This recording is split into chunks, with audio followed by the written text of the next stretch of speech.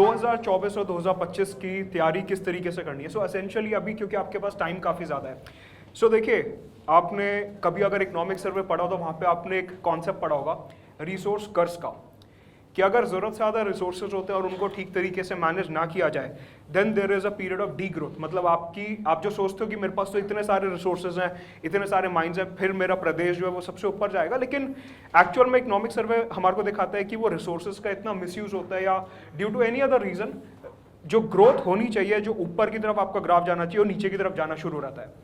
It essentially means कि सिर्फ resources होना, कि आपके पास स्टडी मटेरियल है, आपके पास टाइम है, आपके पास सारे रिसोर्सेज जो तैयारी के लिए चाहिए वो हैं, दैट डजंट सफाइस कि अपनी प्रिपरेशन जो सही ट्रैक पर चलेगी।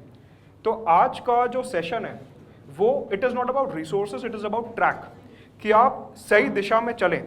2024-2025 का जो एग्ज़ाम है उसमें जो जेन्युइन डाउट्स हम देखते हैं क्लासेस में कि सर करंट अफेयर्स कैसे पढ़ने समझ नहीं आ रहा, ऑप्शनल सेलेक्ट कैसे करना है समझ नहीं आ रहा, इवन ऑप्शनल कब तक पूरा करना है, सिलेबस कब तक पूरा हो जाना चाहिए, रिवीजन कितनी बार करनी है। सर नोट्स बनाने शुरू करे तो पूरा अखबार कॉपी कर लिया, एंड में अखबार से ज़्यादा मोटे हमारे खुद के नोट्स बन गए, शॉर्ट नोट्स बन ही नहीं रहे, क्रिस्प नोट्स बन ही नहीं रहे, रिवीजन नहीं हो रही, डेट वाइज नोट्स बनाने हैं या टॉपिक वाइज नोट्स बनाने हैं। हिस्ट्री कैसे पढ़नी है, एंशिएंट मिडीवल तो बोरिंग लग रहा है, प्रतीक सर बैठे हैं फिर भी मैं बोल रहा हूँ ये बात, एंशिएंट मिडीवल थोड़ा बोरिंग लग रहा है लेकिन सर क्वेश्चंस तो उससे आते ही हैं। सर आर्टिकल नंबर कैसे याद करना है, पॉलिटी की कोई ट्रिक बता दो, ज्योग्राफी समझ नहीं आ रही, एनवायरनमेंट मुश्किल लग रहा है, ये सारे डाउट्स हमारे को आते हैं डेली, मतलब हर एस्पिरेंट को आता है। और सबसे बड़ा डाउट, सर अभी 5 दिन पहले कुछ पढ़ा था लेकिन अभी उसको याद नहीं है क्योंकि रिवीजन हो नहीं रही है, टाइम टेबल में रिवीजन हम इनकॉर्पोरेट नहीं कर पा रहे। ये सारी प्रॉब्लम्स आज हम यहाँ पे डिस्कस करेंगे, सॉल्व करेंगे, प्लस ये समझेंगे कि इस पूरी जर्नी में अनअकैडमी किस तरीके से आपको हेल्प कर सकता है, अनअकैडमी किस तरीके से आपको वो जो राइट ट्रैक चाहिए वो प्रोवाइड करेगा। तो सबसे पहले इनवाइट करेंगे सिद्धार्थ सर को to discuss more about this. Hello भाई, मैं जल्दी से क्यों आ गया, मैंने कहा बहुत टाइम वेस्ट हो गया है ना, तो इतनी देर में कि मुदत सर मुझे ऐसा पूरा वेलकम वो करेंगे, मैंने कहा फटाफट आ जाता हूँ, लेट मी फटाफट save your time and get to the business of, can we change this please, right, all right, from this one, all right, बताओ इनमें और मेरे में बहुत सारी सिमिलैरिटीज़ है, ओके, बदतमीज़ ये भी है, थोड़े बहुत मैं भी हूँ, राइट, और सरप्राइजिंगली मुझे पता चला हमारे राशि भी मैच करती है, मुझे एक दिन पता चला था। सो आई द वेज फ्रेंड्स, मुदत सर ने एक बहुत इंपॉर्टेंट इशू किया, एंड लेट्स लाइक आई से, मैं अपने लॉ करियर में अपने आर्ग्यूमेंट के टाइम पर मैं जजेस को हमेशा ऐसा, मतलब व्हेन आई एड्रेस देम तो मैं ऐसे let's get straight to the point, okay, that's what we actually are over here for.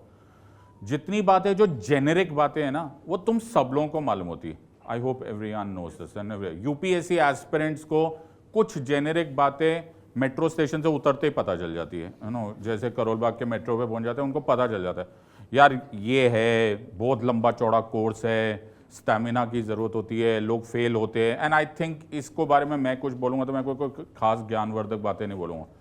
The situation that I have to talk about is not the problem that we are having, the situation that I am having is कि क्या इसकी कोई solution है या नहीं है। I hope everyone is understanding कि सब लोग ऐसा बोलते हैं यार सिलेबस बहुत बड़ा है, नोट्स बहुत ज़्यादा है, राइट, करंट अफेयर्स रोज आ जाते हैं, कैसे याद रखें and all that. Can we just straight go to a solution to that? Allow me to be arrogant, वैसे तो even if you don't allow me तो you know that goes by nature, allow me to be arrogant. यहां बैठा हुआ एक एक आदमी है ना, राइट, एक एक एजुकेटर, इन्होंने अपनी जिंदगी सिर्फ एक एक सब्जेक्ट को दे दी। Can you all acknowledge that? I hope you understand. Prateek Nayak would be history synonymous, I hope you understand. ये मुझे पता नहीं, मैं बोलना नहीं चाहता, बट अगर ये किसी रोमांटिक डेट पे भी जाएंगे ना तो हिस्टोरिक बात करेंगे। आई होप यू अंडरस्टैंड। मैंने एक दिन इंस्टाग्राम पर एक फोटोग्राफ क्या डाल दी, मेरे घर में चिड़िया एक आई थी तो मैंने उसकी चिड़िया के डाल दी। मेरे को आज सुदर्शन सर बोले सर मैं उसका IUCN डिस्क्रिप्शन दूं क्या, मतलब मेरे को आते ही सबसे पहले इन्होंने बोला सिद्धार्थ सर आपके फार्म हाउस पे चिड़िया आई थी ना, मैंने सोचा था IUCN डाल दूं, किसी ने टैग भी किया तो सुदर्शन सर को किया। So you know everyone over here is sitting. मैं अभी ऐसा पर्सनल बातें पता नहीं चलती है, लेकिन you know when I am driving with my wife for a long distance also ना, तो समटाइम्स मैं ऐसे बीच में मुझे पता नहीं चलता, इन अ वेरी हसीन वादी मोमेंट भी मैं ना लॉ डिस्कस करने लग जाता हूँ, यू नो। सो एंड मतलब पुअर वुमेन यार, आई मीन शी मैरिड चलता फिरता लॉ की किताब यार, I mean what do we do. अब क्या है ना, हमारी दाल रोटी थी ये एक टाइम पर, अब ये पैशन हो गया, यू आर अंडरस्टैंडिंग। अब मुझे मजा आता है यही बातें करने में। I hope you are understanding. Mirza Ghalib को यू नो शायरी में मजा आता था, सामने वाला सोचता रहता तो भाई इसने क्या बोल दिया। I hope you it's no longer technicality. मैं समझा पा रहा हूं ये बात। अब क्या हो गया, अब तुम अपनी अपनी बर्थ सर्टिफिकेट देखो, ऑलराइट। एक बहुत ब्रॉड स्केल पे मैं बोल रहा हूं, बहुत ब्रॉड स्केल पे तुम लोग समवेयर बिटवीन 22 से 30 होंगे, यू नो, ब्रॉडेस्ट, और इससे मोर और लेस मोटा मोटा। यार 25 साल में मैं कितना इंटेलिजेंट था, मैं आजकल ना बड़ा फेमस हो गया हूं ना, God of polity and all. एक बार मुझे 25 साल में देख लेते ना तो ये टाइटल वापस ले लेते, यू नो। अबे यार ये नलायक, you know, because everybody is नलायक at 25। I hope you are understand. यार यंग एज थी, कैसे, how will we absorb so much of matter. I hope you understand. तब मैंने भी सिर्फ रट्टा हुआ ही था, तब मैंने भी सिर्फ कॉन्स्टिट्यूशन को रट्टा हुआ था। ऐसा मुझे, listen to me very carefully, ऐसा मुझे लगता था that I knew this constitution, but I did not know the constitution. I had memorized the constitution. I hope everyone has understood what I'm trying to get into you. So please absorb करो मैं बोलना क्या चाह रहा हूं। No person shall be deprived of his life and personal liberty except according to procedure established by law. भाई ये मेरे को पिछले 20 साल से याद है, समझ में आने में टाइम लगा। I hope you are understanding. Now I am your compact solution in polity. मैं तुमको उसके सारे कट शॉट, सारी चीजें हटाकर वो जो एक्चुअल एसेंस है मैं तुम्हें दे सकता हूं, या तुम खुद को भी दे सकते हो, बशर्ते कि तुम पहला अटेम्प्ट आज से 20 साल के बाद लो, जो कि यूपीएससी अलाउ नहीं करता। I hope you are understanding this point. So there is a very beautiful story. It says कि जो स्कल्प्टर होता है ना, जो मूर्तिकार होता है, वो मूर्तिकार ना कभी पत्थर से मूर्ति नहीं बनाता, वो मूर्ति ऑलरेडी पत्थर में होती है, he just removes the edges. You are getting my point. I hope you are understanding. यहां पर बैठा हुआ एक एक आदमी ना तुम्हारे एजेस हटाएगा। You are understanding. मेहनत तुम्हें एक लिमिट तक लेकर जा सकती है। ये आदमी इज नॉट अ मेहनती आदमी। Are you understanding? He is a sharp man. Are you, ये नहीं, ये, okay, he is a sharp man. Are you understanding? He is a sharp man. There is a difference between hard work, which is एक सीढ़ी के बाद दूसरी सीढ़ी and दूसरी सीढ़ी के बाद तीसरी सीढ़ी। तुम लोग, मैं हमेशा तुम लोगों को बोलता हूं और मैं क्लास में भी बोलता हूं, तुम लोग बुद्धिजीवी हो, तुम लोग इंटेलेक्चुअल्स हो। तुम्हारी जिंदगी में या तो तुमने खुद ने या फिर तुम्हारे भगवान ने, तुम्हारे खुदा ने तुमको ये बात बोला कि बेटा ये ना दिमाग लगा के कमाएगा। मैं समझा पा रहा हूं। कोई होता वो अपनी खूबसूरती से कमाता, कोई होता वो डांस करके कमाता, कोई होता वो शक्ति से लड़ाई करके कमाता। तुमने फैसला कर लिया कि तुम्हारी बुद्धि का is the weapon that God has given you. So Troy में एक बहुत अच्छी लाइन थी, पता नहीं if तुमने पढ़ा, इलियाड में एक बहुत अच्छी लाइन थी। It says that everyone, God gives you gifts, everyone plays with the gifts God gives them. Are you understanding? So एक हिटलर था, उसने कुछ अपने वेपन्स यूज किए। एक अमेरिका है, वो कुछ और वेपन्स यूज कर रहा है। मोदी जी कुछ और वेपन्स यूज कर रहे हैं। चाणक्य कुछ और वेपन्स यूज कर रहा था। तुम लोग कुछ और कर रहे हो। तुम्हारा weapon is here. Allow us to help you remove this ages. Are you understanding? तुम्हें किसी से पूछने की जरूरत नहीं। तुम्हें इस बात में तो शक नहीं ना कि Sudarshan Gurjar sir is great at geography? तुम्हें यह शक नहीं ना कि मधुकर कोटावे सर या फिर प्रतीक नायक सर, मैं अपनी भी तारीफ कर रहता हूँ, okay, I am great, Mudit sir is great, Mrinal sir is great. और तुम्हें यह भी मालूम है we are professionals with a capital letter P, you understanding? So हम लोग को अपना सब्जेक्ट तुमसे बेटर ही आएगा। मैं ये नहीं बोल रहा कि मैं यूपीएससी तुमसे बेटर क्रैक कर सकता हूँ, सॉरी, मुझे नहीं समझ में आता, मेरे को लैटिट्यूड लॉन्गिट्यूड के आगे ज्योग्राफी नहीं आएगा, ऑलराइट, और ना मुझे वो समझने की इच्छा है, ना मेरे में उतनी एबिलिटी है, ना मुझे एंशियंट कहाँ से खत्म होता है और मेडिवल कहाँ से स्टार्ट होता है, I don't care and I won't be able to do it. You are better than me at UPSC, but I will always be better to you at polity. Do you agree on this? Allow me to do that, right? We'll help you remove your edges. तो best तरीका क्या? उसको बोलते हैं अपने आप को surrender करना. Get my point? Surrender yourself, right? To your educators and allow us to help you crack the so-called toughest exam. It is no longer the toughest exam if I am attempting only polity. I hope you are understanding. UPSC के बोल दो कि सिद्धार्थ अरोरा को polity में हरा के दिखाओ, बेटा हम भी देखेंगे, आ देखे जरा किसमें कितना है दम। You are understanding? सो वो नहीं हो पाएगा, लेकिन अगर मेरे लिए यूपीएससी आएगा, मैं हाथ जोड़ के निकल जाऊंगा, भाई मुझे नहीं आता। So what will I do? We will convert you into part Sudarshan Gurjar, part Prateek Nayak, part Siddharth Arora, part Mudit Gupta, part Mrunal sir, and so on and so forth. When you go with a combination, जिंदगी में तुम्हें question नहीं पूछना पड़ेगा how to prepare, because that is our job. Got it, everyone? Okay. I'll give this mic to Pratik Naik sir. Okay, he'll discuss about the later part, and then we'll get back to our subject one by one. Okay. All right, Pratik sir.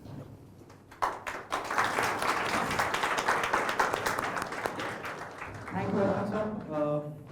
दोस्तों, sir ने जैसे आपके साथ, अच्छा हाय, now Audible, जैसे sir ने आपके साथ डिस्कस किया कि तैयारी के लिए आपको एक चीज़ करनी, वो है सरेंडर।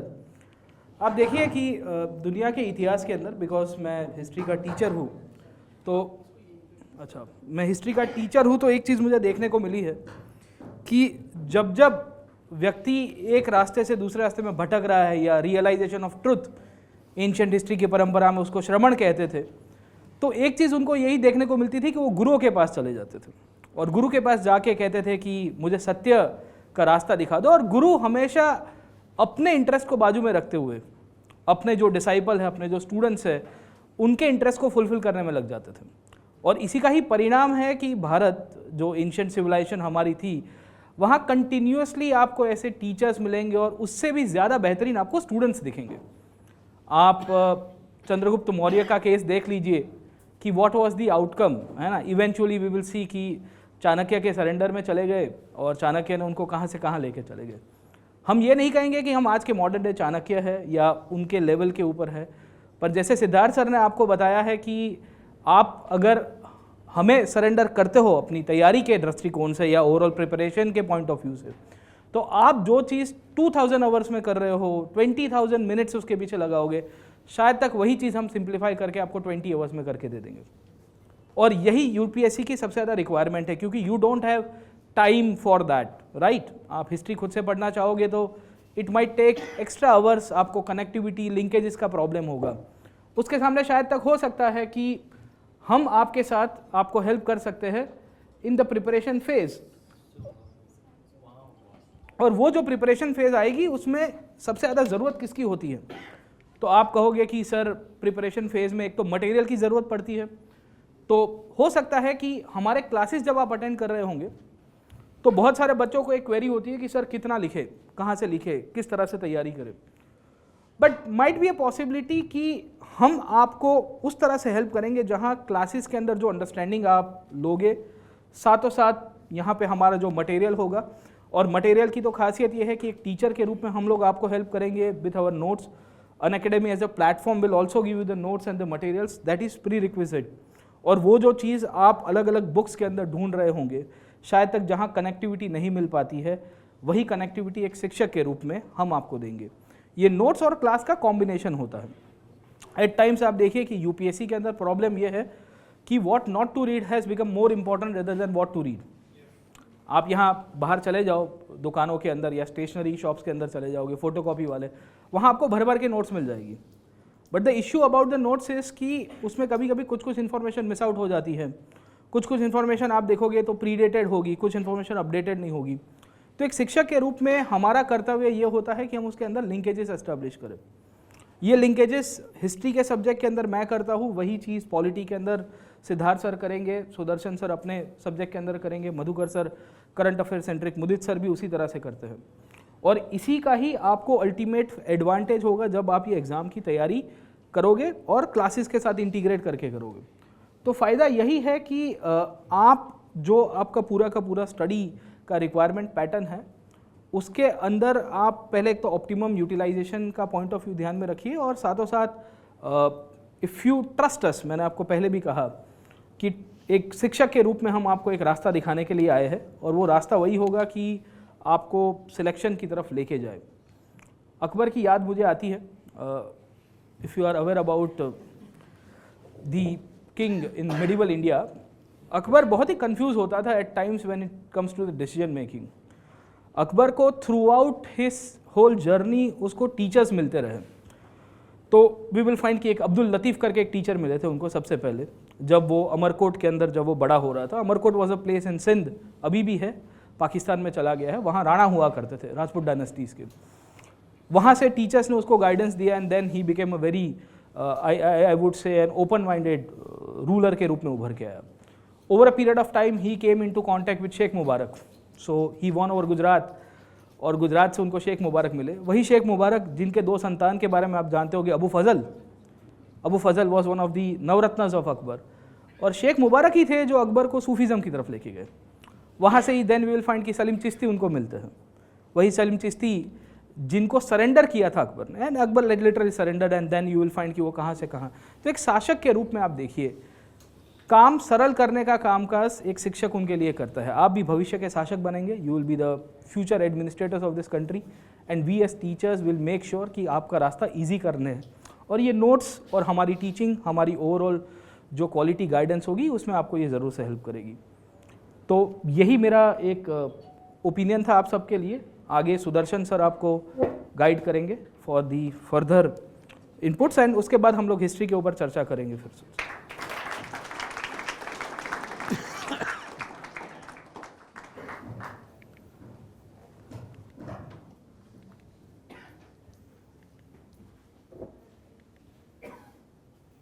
स्लाइड आगे चली गई थी तो कह रहा है भाई क्या कर रहा है तू।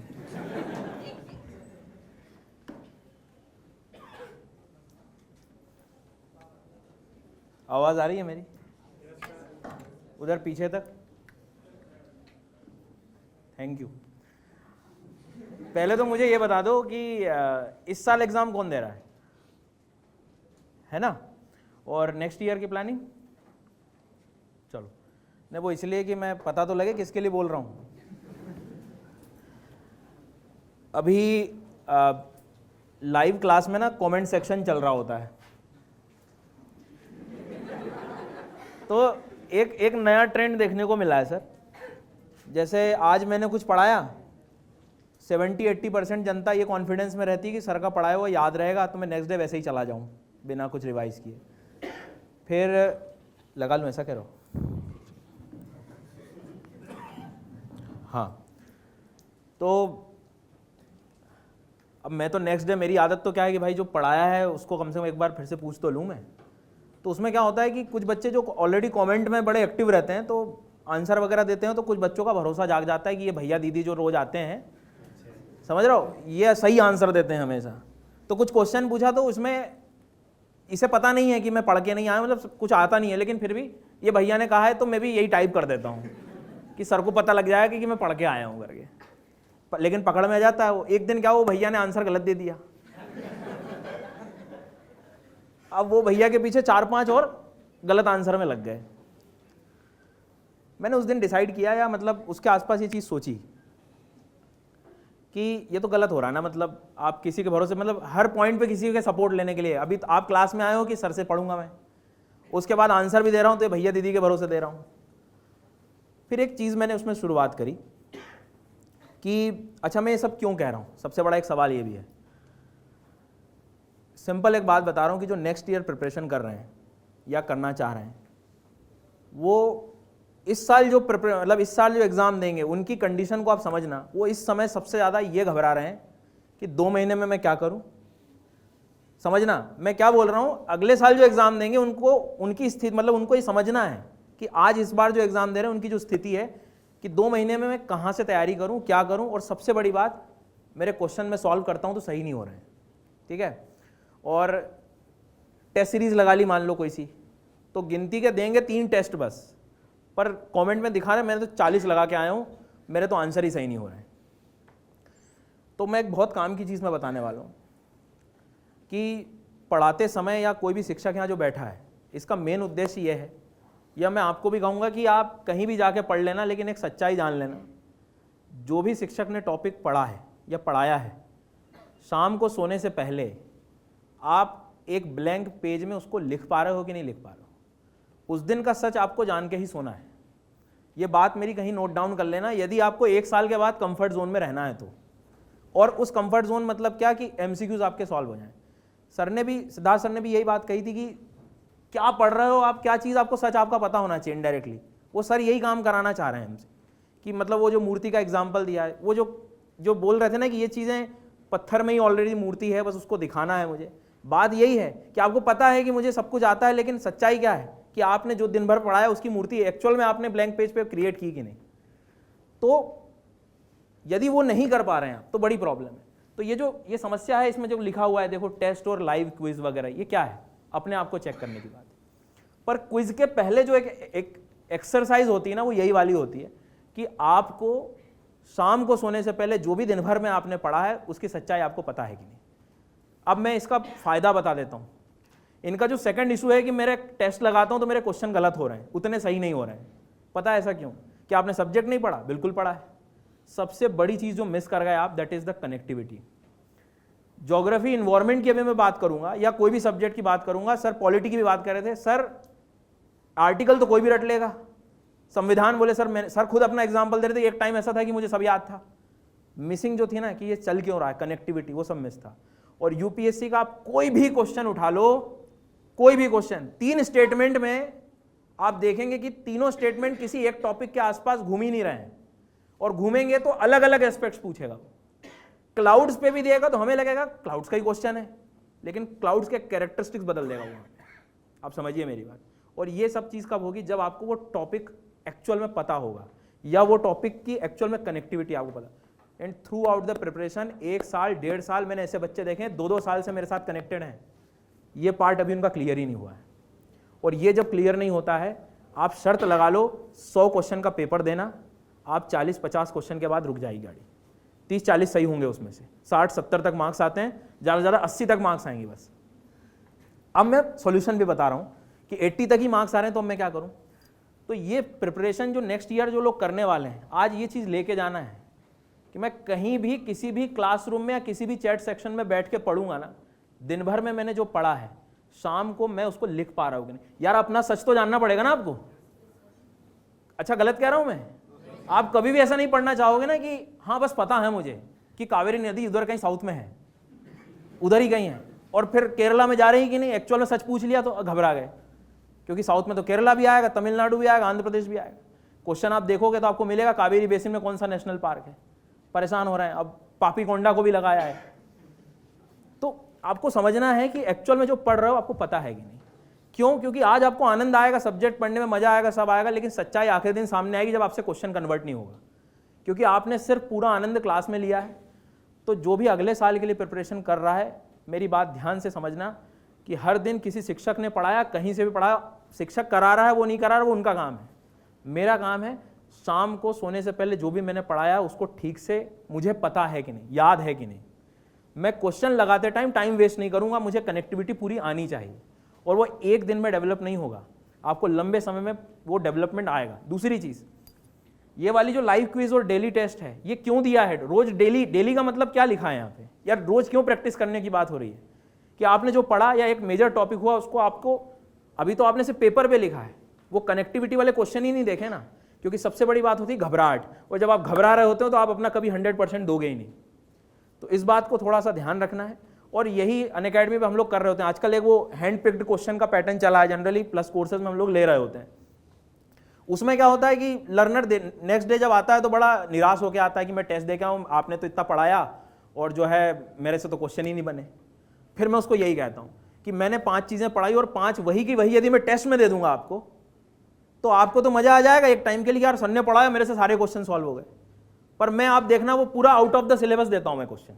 यूपीएससी में यही तो होता है कि आप जो पढ़ के आओगे वो मिलेगा ही नहीं आपको। फिर वो दूसरे दिन रियलाइज करता है कि नहीं यार ये बात तो सही थी, ये 10 क्वेश्चन जो थे या 20 क्वेश्चन जो मुझसे नहीं बने, ये अच्छा हो मुझे नई चीज़ सीखने को मिल गई। क्योंकि मेरे पास भी लिमिटेशन है, कई बार 2 घंटे में जो नहीं पढ़ा पा रहा हूँ मैं टेस्ट की मदद से आपको पढ़ाने का प्रयास कर रहा हूँ, और जानबूझ के वो क्वेश्चन थोड़े अलग प्रकार के मैं बना रहा होता हूँ ताकि आप एटलीस्ट जाकर उसको अटेम्प्ट करें, देखें। तो अगले साल जो भी तैयारी कर रहे हैं ये चीज़ें थोड़ी सी ध्यान रख लेना कि खुद को कितना आता है हर दिन जानना है, और साथ में इंपॉर्टेंट बात, हर दिन क्वेश्चन से लड़ाई करनी है। ये नहीं करोगे तो आनंद लेते रहोगे 8-10 महीने, और फिर 11वें महीने में जागोगे और फिर कहोगे अरे भैया मेरे से तो क्वेश्चन ही सॉल्व नहीं हो रहे हैं। तो ये लर्निंग आप लेके जाना। इससे ज़्यादा भी नहीं बोलूँगा मैं, उसका जब सब्जेक्ट की बारी आएगी तब मैं बोलूँगा। इसके बाद मधुकर सर को मैं जो है आमंत्रित करता हूँ तालियों से जो है।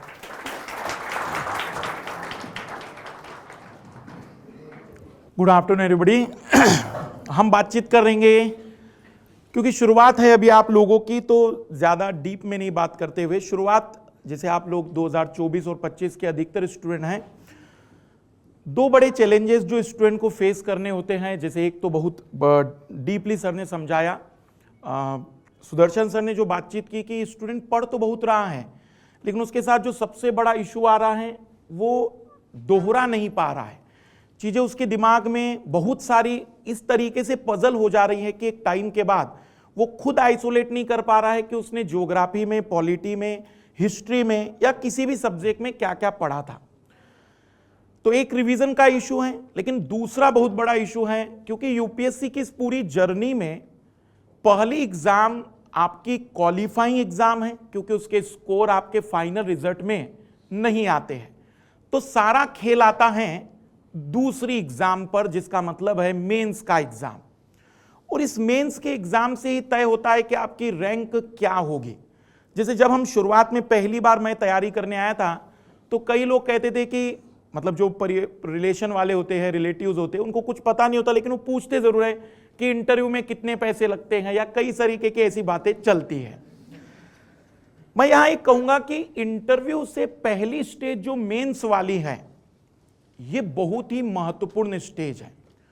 और यदि आप चाहते हैं कि फर्स्ट अटेम्प्ट आपका लास्ट अटेम्प्ट हो, तो जहां आपको 50% या मैं कहूंगा कि 45% प्रीलिम्स में चाहिए, वही मेंस में भी आपको लगभग 50% का टारगेट लेकर चलना है, 55% का टारगेट लेकर चलना है। 2001 के एक टॉपर थे, मुझे अभी एग्जैक्ट उनका नाम नहीं पता, लेकिन उनका स्कोर आज भी रिकॉर्ड माना जाता है मेंस में, कि उन्होंने मेंस में इतने स्कोर कर लिया था कि अगर वो इंटरव्यू में केवल बैठ जाते और वापस आ जाते तो भी पहली रैंक आती।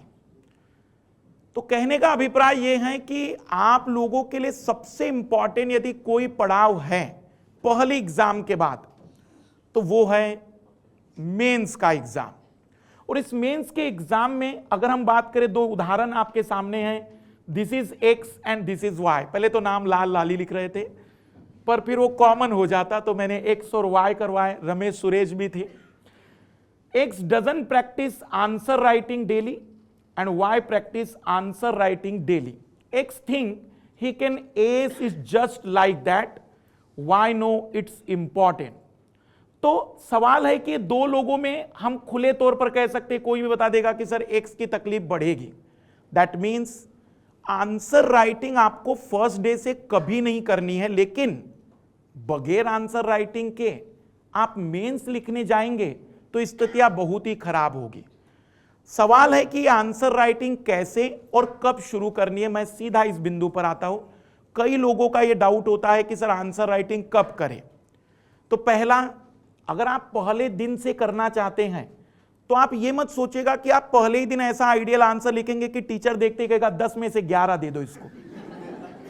मतलब कुछ लोगों का, कई बार मैं स्टूडेंट को मोटिवेट करता हूं कि आंसर राइटिंग शुरू करो, तो अगले दिन मेरे पास आता है, फिर मैंने कहा बेटा ठीक है एवरेज है, 3 नंबर आएंगे। तो सर फिर बढ़िया कब आएगा? उनके पहले ही दिन बढ़िया। अभी शुरुआत कर रहे हो, थोड़ा और टाइम दो, थोड़ा सा और कोशिश करो, तो तुम्हें धीमे धीमे अपने आंसर राइटिंग में इंप्रूवमेंट मिलेंगे। तो फर्स्ट डे हमारा टारगेट है बस हम आंसर फॉर्म कर पा रहे हैं कौन सा, करंट अफेयर बेस्ड किसी टॉपिक का। अगर आप फर्स्ट डे आंसर राइटिंग करना चाह रहे हैं ना, तो आप फिर करंट बेस्ड किसी टॉपिक पर अपनी मर्जी से कुछ भी लिख दीजिए, और ये मत सोचिए कि आपने कितना बेटर लिखा है, पर उस आंसर को संभाल के रखना।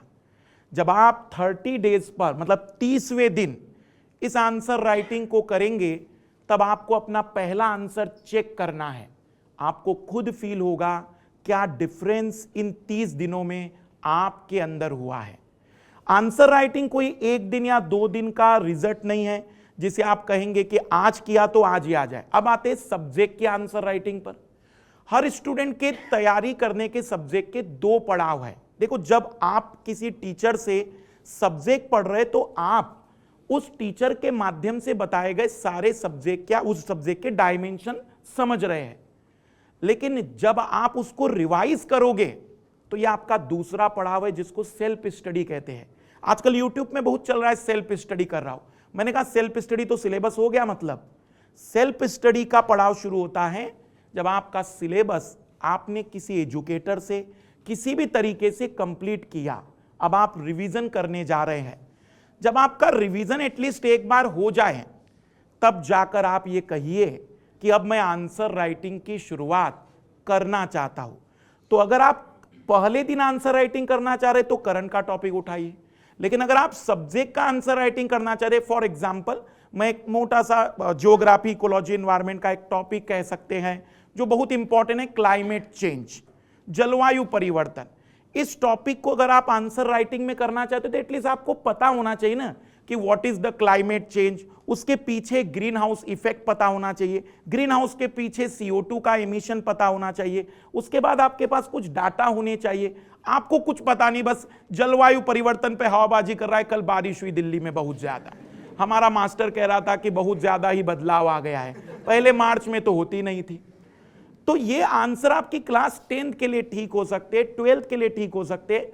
आपके पास कुछ फैक्ट होने चाहिए, एटलीस्ट 5 पॉइंट उस क्वेश्चन से जुड़े हुए आपके मेमोरी में हो, तो आंसर राइटिंग करिए।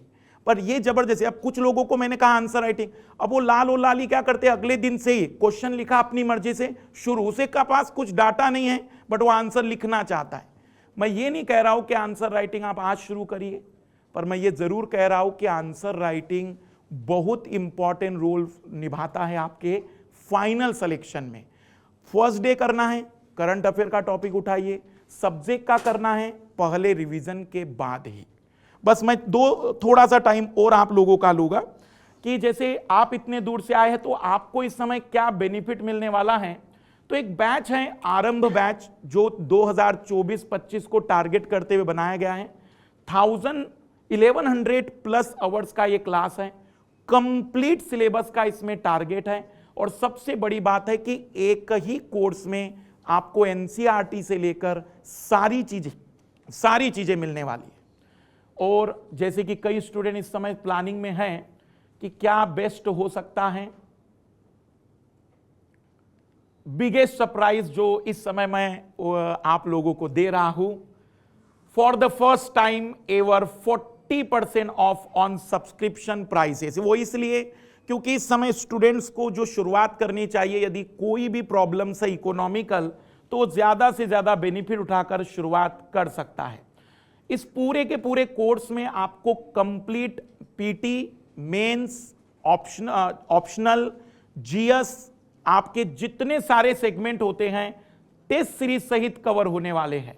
तो एक ही जगह पर आपको ये सारी चीजें और सीधा 40% का पहला बेनिफिट आपको मिल रहा है। बाकी मॉक टेस्ट आप देना चाहे तो 26 मार्च का मॉक टेस्ट है, फ्री ऑफ कॉस्ट है, संडे के दिन आप इस टेस्ट को ज्वाइन कर सकते हैं। अब हम बात करें कि क्या एक्सपेक्ट हम कर रहे हैं आरंभ बैच से, तो जो टीचर इस बैच में है, जो सब्जेक्ट लेने वाले हैं, मैं इनवाइट करूंगा सिद्धार्थ अरोड़ा सर को, वे अपने सब्जेक्ट के बारे में आपको बताएं और इस बैच के बारे में सारी डिटेल में जानकारी भी दें।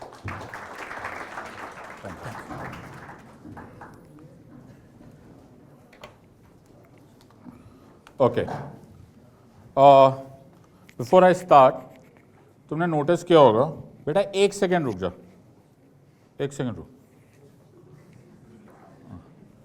देख, पहला ऐसा शाहरुख खान की पिक्चर है, शाहरुख खान बोल रहा है जाने मत दे, थिएटर पूरी पिक्चर देख कर जा, सुन क्लाइमैक्स में बहुत इंपॉर्टेंट काम होने वाला है, रुक ना इंपॉर्टेंट, बैठ जा, मुझे मालूम है बाहर बहुत वो वेट कर रहे हैं, बैठ। Now listen, now the situation here is, मैंने इनको क्यों रोका,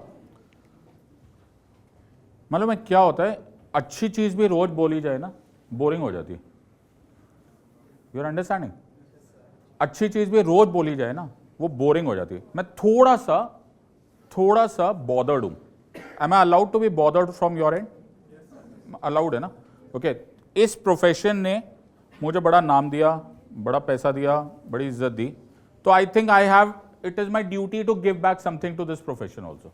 और मेरा प्रोफेशन अन अकेडमी नहीं है, मेरा प्रोफेशन तुम लोग हो, आई होप यू अंडरस्टैंड। तो कहते हैं ना कि बड़ा बड़ा तीर मारने की जरूरत नहीं होती, अगर हर इंसान इस देश में अपना अपना काम भी ढंग से करने लग जाए ना, हम सुपर पावर बन जाएंगे। आई hope you understand this part, okay.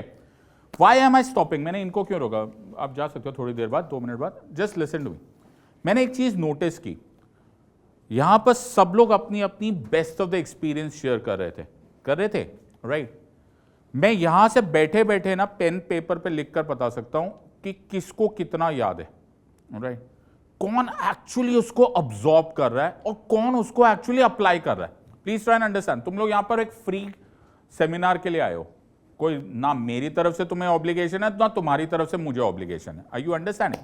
हम यहां पे नॉलेज शेयर करें, लेकिन प्रॉब्लम ये है कि इस पूरे माहौल में ऐसे 5000 सेमिनार्स होते हैं, you getting my point, 5000 seminars होते हैं, रोज सुबह शाम बैठे ना तो ये जन्म कट जाए, राइट, सेमिनार्स अटेंड करें। मैं नोटिस कर रहा था ये आगे वाले, राइट, और थोड़े बहुत पीछे इधर, दे वर एक्चुअली राइटिंग एवरीथिंग जो बोला जा रहा है। देन देयर आर समबडी जो सपनों की दुनिया में निकल चुके थे, ओके, कोई एक्सप्रेशन से पता चल जाता है, आंखों में विक्ट्री होती है माय फ्रेंड। कुंडलियां कभी लिखी नहीं होती, कुंडली देखने के लिए बोलते हैं ना यहां लिखा होता है, अबे यहां नहीं लिखा होता है, इसके अंदर लिखा होता है, योर आईज। सबसे ज्यादा घनघोर प्रेयर, इबादत, विश कहां होती है, कहां होती है, सबसे ज्यादा इंटेंस प्रेयर कहां होती है, हॉस्पिटल की बिल्डिंग के अंदर, हॉस्पिटल की बिल्डिंग के अंदर माय फ्रेंड्स। जब तुम्हारा कोई लवेड वन का सर्जरी होती है ना, तब इबादत होती है। Do you agree to this or not? सबसे ज्यादा इंटेंसली गुड बाय कब बोलते हो? स्टेशन पे या एयरपोर्ट पे, जब तुम किसी लवेड वन को बाय कर रहे होते हो। You are understanding this part, वरना आते जाते अबे बाय यार, अबे कल आते, यू आर अंडरस्टैंड। लेकिन सोचो, ये तुम्हें डर है यार, पापा जा रहे हैं, अब 6 महीने बाद आएंगे, 3 महीने, या फिर वो फौजियों का बच्चा, जब मेरे पापा जाते थे पोस्टिंग पे तो मुझे इतना डर लगा रहता था। I hope you are understanding, हम दिखाते नहीं है लेकिन यू नो होता तो है ही। So and specially my family, we lost 4 men in our family in 20 years to one war or the other. हमें यह डर होता था मेरा भाई वापस आएगा या नहीं आएगा। आई होप यू, तो मैं उसको जब आखिरी गले लगाता था ना, तो मैं उसको ना सब उसकी शर्ट पीछे से पकड़ लेता था, you understanding. And he was a para commando, okay, he still is a para commando. But तुम्हें समझ, मुझे मालूम था कि यार पता नहीं यार ये आएगा कि इसकी खबर आएगी। आई होप मैं समझा पा रहा हूं तुम्हें। मेरा क्या मानना है कि क्या हम इसे आर्टिफिशियली क्रिएट कर सकते हैं क्या नहीं? मैं समझा पा रहा हूं या नहीं? क्या हम आर्टिफिशियली इसे क्रिएट कर सकते हैं कि नहीं? कर सकते हैं। You can always create that artificially. सोचो तुम्हारे पीछे कुत्ता पड़ा हुआ है, नाउ रन। और सोचो कि रोज सुबह तुम जॉगिंग पे जाते हो, नाउ रन। अरे आज भागने का मन नहीं कर रहा यार, ना थोड़ी देर सोचो पीछे जर्मन शेफर्ड पड़ा है। I hope you are understanding. हमारा माइंड ना, एक 3 Idiots में डायलॉग था, वो बोलता है हमारा मन ना बड़ा बेवकूफ होता है, उसको समझाया करो all is well. Yes or no? All is well, right. मैं बोलता हूं यूपीएससी एस्पिरेंट्स उल्टा बोलो, अपने मन को बोलो पीछे कुत्ता पड़ा हुआ है। You are understanding this part. तुम्हारी आंखें नहीं चमकेगी ना तो ये सब टाइम पास है। I hope you are understanding. ये तुम्हारे भेजे में जाएगा ही नहीं। आई एम सॉरी, मेरा बॉम्बे की लैंग्वेज है, बट ये तुम्हारे दिमाग में जाएगा ही नहीं। ये पढ़ाने वाले पढ़ा लेंगे, तुम्हारे में वो स्पिरिट ही नहीं आएगी। Are you understanding this part? You have to be on fire. उसे फौज में बोलते हैं ना, हाउस द जोश। अरे जोर से बोलो यार। लड़ाके के मूड में मरो यार। उस सबको जवाब दो जिसने तुम पर शक किया हुआ है घरों पे बैठ के, जो तुम्हें बिहार में, यूपी में, जहां से भी तुम लोग आए हो, वो बोले अबे वो टाइम पास करने गया, नालायक फेल होके आएगा। ऐसे बहुत है बेटा। और ये सोच लेना, ये रिश्तों वाले को तो खास कर है, ये जितने चाचे, बुआ, लाला, फुफ्फा सब है ना, वो इंतजार कर रहे ये दिखाने का, बाबूजी मैंने तो बोला ही सी, ऐप फेल होने जा रहा है, उधर ऐसे घूम रहे। You understanding? उनको जवाब दो। और बैठे बिठाए ऐसे नहीं होता। मेरे फादर मुझे एक बहुत अच्छा आइडिया देते थे, तो मुझे बोलते थे सिद्धार्थ जब पढ़ना है ना, स्पोर्ट्स शूज पहन के पढ़ा कर। You understanding? ये लेटने का काम नहीं। You are a damn professional student. I hope. कैसा लगेगा मैं चप्पल पहन के यहां पर तुम्हारे पास टी शर्ट में आके खड़ा हो जाऊं, अबे यार मैं ना पॉलिटी पढ़ाऊंगा। It doesn't work. Are you understanding? यहां पर कोई भी बैठा हुआ कभी भी क्लास ले रहा होता है, हम लोग सुबह शाम जब मर्जी क्लास ले रहे होते हैं, लगा किसी को कि यार ऐसे पढ़ा। No, you want professionals, right? We want professionals also. Are you understanding? तुम लोग कोई 10th के बच्चे नहीं हो कि यार मम्मी पापा ने पीछे पढ़ा दिया तो तुम स्कूल में चले गए हो। Do you agree to this or not? You are professionals. मैं हमेशा बोलता हूं तुम्हारा बिजनेस है, you decided to become immortal. तुम अमर होने के एक रास्ते पे बैठ गए। नौकरी तो तुम्हें सब मिल जाएगी, मिलेगी कि नहीं मिलेगी? सब ग्रेजुएट्स हो यार, सब पोस्ट ग्रेजुएट्स हो। ओके, ये बहुत डिफिकल्ट टास्क है सर्टेनली, लेकिन उसके एंड पे क्या है? IAS officers, IPS officers. तुम एक एसपी बन जाओगे ना, तुम लोग इस एरिया में आ जाओ, एक सुपरिटेंडेंट ऑफ पुलिस आज यहां पे आके खड़ा हो जाएगा ना, तुम खड़े ही रहोगे जब तक वो नहीं जाएगा, है ना? वो चाहे 25 साल का हो। एक टीना डाबी, ओके, आज उनका ट्विटर पे देखते हैं, young lady, look at the, क्या चेंज हुआ उनमें? एक एग्जाम ही तो पास हुई। Why are you not on fire? मुझे सबसे ज्यादा ताज्जुब यूपीएससी एस्पिरेंट्स को देखकर ये होता है कि why are you not on fire? आग क्यों नहीं है तुम्हारी आंखों में यार? उठाकर किताब फेंक दो, नहीं पढ़ना। 15 दिन नहीं पढ़ना, 20 दिन नहीं पढ़ना, महीना मत पढ़ो, 2 महीना मत पढ़ो, लेकिन जब पढ़ो तो ऐसे पढ़ो कि पीछे चीता पड़ा हुआ है यार, आज मरेंगे या मारेंगे। Yes or no? वरना ये सब क्या? मैं तुमको, मेरे को एक सर्टिफाइड नॉन इडियट दे दो। सर्टिफाइड मतलब इतना मेंटल हॉस्पिटल से साइन करा दो कि ये पागल नहीं है, इतना मेरे को करा दो, और उसको मेरे को 1-2 साल मेरे साथ छोड़ दो, मैं उसको पॉलिटी का पंडित पढ़ा दूंगा। बट वो कब होगा? जब तुम्हारी आंखों में फायर। मैं तो थोड़ी देर में देख रहा था, he is an expert in his subject. वो 3-4 लोग वहां से ऐसा उठते हुए चले गए। शादी देखने आए थे क्या? बारात है क्या ये? यू नो, यहां पर सब तुम्हें विजडम शेयर कर रहे हैं। तुम्हारा नसीब है, तुम्हारा भगवान ने तुम पर हाथ रखा हुआ है कि तुम्हें ये मौका है। 1 अटेम्प्ट नहीं, 2 अटेम्प्ट नहीं, 5 अटेम्प्ट ले लो यार, पास होके दिखाना है। कौन मौका मिलता है? जब when I was making my career, मुझे मालूम है कितनी फाइनेंशियल सिचुएशन थी, लेकिन आंखों में बहुत जबरदस्त फायर थी कि बेटा सिद्धार्थ, अगली generation first generation of strugglers नहीं कहलाएगी।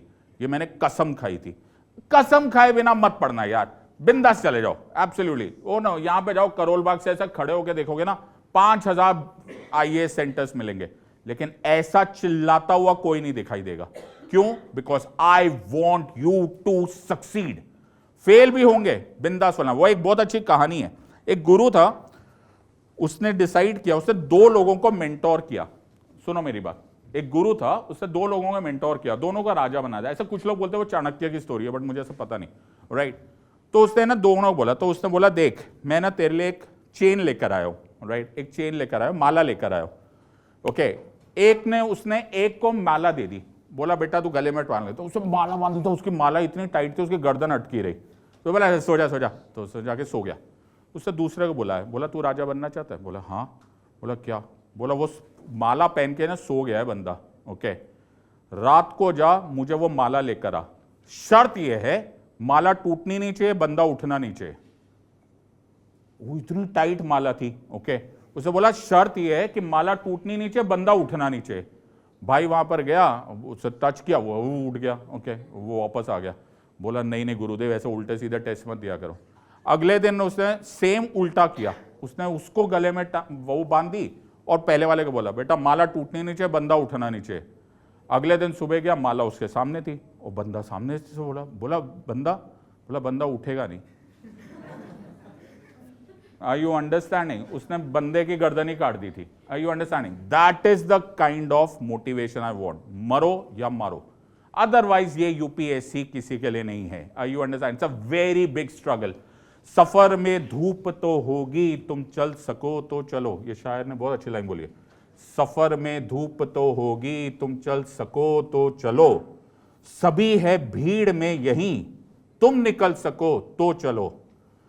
कभी किसी के लिए रास्ते कहां, कभी किसी के लिए रास्ते कहां बदलते हैं, तुम खुद ही अपने आप को बदल सको तो चलो।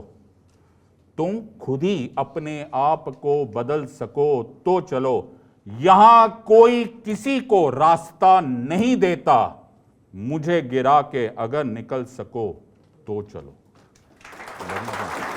सो द पॉइंट हेयर यहां पर यह है, ये सब मैं ऐसे ही पढ़ा दूंगा, मुझे बताने की भी जरूरत ही नहीं है ना ये सब। और जो लोग मुझसे आधा घंटा पढ़ लेना, उनको मालूम है कि मैं पॉलिटी कैसे पढ़ाता हूं। ओके, मैं यहां पर एक लाइन बोल दूंगा ना, जो ज्यादातर ये जो पीछे से भाग गए ना, उनको मालूम नहीं है कि पार्लियामेंट नए स्टेट्स कैसे बनाता है। तो मेरे स्टूडेंट्स चिल्ला के बोलेंगे फिदा। ओके, तो वो बोलेंगे जो लोग मुझसे पढ़े हुए। तो मैंने गाने गाते गाते, बॉलीवुड के सॉन्ग सुनाते सुनाते, ओके, तू मुझ पे फिदा, मैं तुझ पे फिदा, okay, form new states, increase new states, decrease, alter, ऐसे करके हमने सुनाया हुआ है। Executive is responsible to legislature, मेरे स्टूडेंट्स ने दीवारों पे लिखा हुआ है, उनकी मम्मियों ने घर से निकाल दिया है उनको, यू नो। सो ये सब मेरे लिए और यहाँ पर बैठे हुए सबके लिए बहुत सिंपल सी बात है। मैं बहुत अच्छे अच्छे सीड्स फेंक सकता हूँ, ये बहुत अच्छे अच्छे सीड्स फेंक सकते हैं, वो जमीन ठीक है या नहीं वो मैटर करता है। मुझे समझ में नहीं आ रहा, आप लोग अपने आप को टेस्ट करते हो। ये एक टेस्ट एंड एनालिसिस का एक तरीके से एक और टेस्ट मैं तुम्हें बता देता हूं। अगर तुम्हारे सबके हाथ में पेन और पेपर हमेशा हो, तो याद रखना वो फर्स्ट लेवल ऑफ सीरियसनेस है। तुम ऐसा जो बैठकर शाहरुख खान की पिक्चरें देखने आ जाते हो ना, वो एक स्टूडेंट की निशानी नहीं है। I hope you are understanding. किसी को याद नहीं रहता यार, तुम्हें वही चीज याद रहेगी, only that will go with you जो तुम्हारे पास लिखा हुआ होगा। Are you understanding? सो लिखो and make it a spirit, और इसको है ना फेंक देना। ऑलराइट, ये पूरा throw away this entire drama of becoming a UPSC pass out until unless तुम्हारी आंखों में आग हो। और रोज सुबह उठो, अपना मेंटल ये बोलो यार, अपने आप को नाम लो। मैं अपने आप को ये नाम लेता था जब मैं थक जाता था कि सिद्धार्थ, अगर तू ये एग्जाम पास नहीं करेगा, तू जिंदगी भर स्ट्रगल करेगा, और तू 1 साल स्ट्रगल करेगा, तू जिंदगी भर ऐश करेगा। ये मेरा थॉट प्रोसेस था। Are you understanding? तो जब तक तुम में वो गुरु, वो राजा वाली बात नहीं है ना कि गर्दन काटने की हिम्मत नहीं है, तब तक मत करना। ये लो बर्नर वाली एग्जाम नहीं है। मेरी बात समझ में आ रही है? ये मध्यम रास्ते वाली एग्जाम नहीं है। इसमें तुम्हें भिड़ना पड़ेगा, 1 साल तुम्हें तपस्या करनी पड़ेगी, जलना पड़ेगा, लेकिन करो। मैं फिर बोल रहा हूं, 1 साल 2 साल, जब तक तुम्हारे जिगर में दम है ना, तब तक करो, और उसके बाद छोड़ देना। मैं साफ बोल रहा हूं, उसके बाद छोड़ देना, या शादी कर लो, जॉब कर लो, कुछ तरी कर लो, छोड़ दो। ये मध्यम मार्ग में चल रहे, घसीट रहे इधर से उधर, डोंट डू इट। पांव बड़ा बड़ा के, तभी फौज में बोला जाता है ना, ये अटेंशन स्टैंडर्डीज नहीं होता। ओके, फौज में ऐसे नहीं सिखाया जाता। फौज में बोलता है हाउस द जोश, you know, are you understanding? वो जब तक आग नहीं आती तब तक दुश्मन बोला अबे यार तू क्यों आया, नो, वो इतनी जोर से चिल्लाते हैं ना, ओ यू नो, जो बोले सोनियाल, तो सामने वाले को ऐसे ही मौत आ जाती है कि भैया घुस गए ये लोग। तो बहुत सारे लोग, जब बोला जाता है, माय चाचू वाज इन द 71 वॉर, तो माय चाचू was giving air support to a very famous war, जो बाद में बड़ा फेमस हुआ। उस टाइम पे मेरे चाचू was one of the sorties में, one of the, that was the battle of Longewala. Okay, so उनमें उस जब बॉर्डर में दिखा रहे थे ना, तो I was just imagining my चाचू वाज देयर। ओके, एंड बहुत सारे अंदर क्लासिफाइड इंफॉर्मेशन मैं शेयर नहीं करना चाहता, बट माय बोलना नहीं चाहता, but whatever, he was killed in action in one of those sorties. तो आइदर वेज ऐसा सिचुएशन था, and he was just 23 years old at that time, but my chachu used to write diaries, right? तो मैंने ये notice किया था, अ very important part of हमारी फौज बिकमिंग सो स्ट्रांग। क्यों इतना स्ट्रांग है, ऐसा क्यों है? पाकिस्तान वाले क्यों, चाइना वाले घबरा गए, क्यों लद्दाख में ऐसा घबरा? One very important part is ये वॉलंटरी आर्मी है। मेरी बात समझ में आ रही है कि नहीं? ये वॉलंटरी आर्मी, ये कोई कंस्क्रिप्शन नहीं है, जबरदस्ती नहीं, 18 के बाद आना ही चाहिए, नहीं, या पैसे देंगे, कुछ नहीं मिलता इनको। आई होप यार, मैं अभी जहां मेरा भी फार्म हाउस है देहरादून में, वहां पर एक साइड पर गुरखा रेजिमेंट का रेजिमेंटल सेंटर है, ओके, तो उनका रेजिमेंटल सेंटर है, तो ऑब्वियसली हमारे सब जान पहचान होती है, तो मैं देखता हूं एवरीबडी इज वॉलंटरी, वो कुछ प्रूव करना चाह रहे। मैं बात समझ आ रहा हूं कि नहीं? It is something to prove यार। ये पढ़ाई हो रही है, यूपीएससी के एग्जाम है, 10 लाख लोग और 800 सीट्स, इसको एग्जाम बोलते हैं? अबे ये जंग है, ये वॉर है।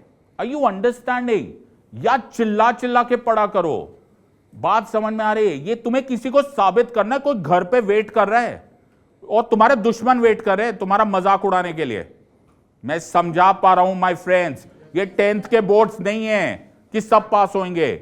सब लोग बोले अबे बड़ा आया था या बड़ी आई थी आईएएस बनेगी, वो स्पिरिट रखो और रोज उसका चेहरा लगाओ। लोग ना बड़े बड़े फोटो लगा लेते हैं, वो भगवान की फोटो लगा देते, गुरु की फोटो लगाते, एक बार वो फुफ्फा जी की भी फोटो लगा दो, अंडरस्टैंडिंग, उसकी लगाओ। नेगेटिव एनर्जी हमेशा ज्यादा स्ट्रांग होती है, याद रखना, पॉजिटिव हमेशा कम होती है। अच्छाई की बातों में नो ज्यादा लोग नहीं बाहर खड़े होते, एक बार दंगे हो जाए देखो बाहर खड़े होते हुए। Are you understanding? हमेशा शैतान जो होता है ना वो ज्यादा बदमाश होता है। Are you understanding? दुनिया का सबसे अच्छा आदमी उतना अच्छा नहीं कर सकता जितना शैतान आदमी कर सकता है। सो वो शैतानी रखो अपने अंदर और जागो। ऐसे नहीं, वो मेरे को देख देख के मुझे उनको हंसी आ रही थी, वो 4 लोग। ये बंदा जिंदगी में, this educator, he knows more about current affairs than current affairs knows about current affairs, okay, and that man, वो 4 लोग ऐसे उठे, ओ चल यार चलते। अबे क्या शाहरुख खान के पिक्चर देखने आए थे? पठान चल रही है यहाँ पे, है ना? ये हो क्या रहा है कि यार नहीं यार मजा नहीं आया यार, इंटरवल से पहले चलते। No, everyone loud and clear बोलो, हाउस द जोश?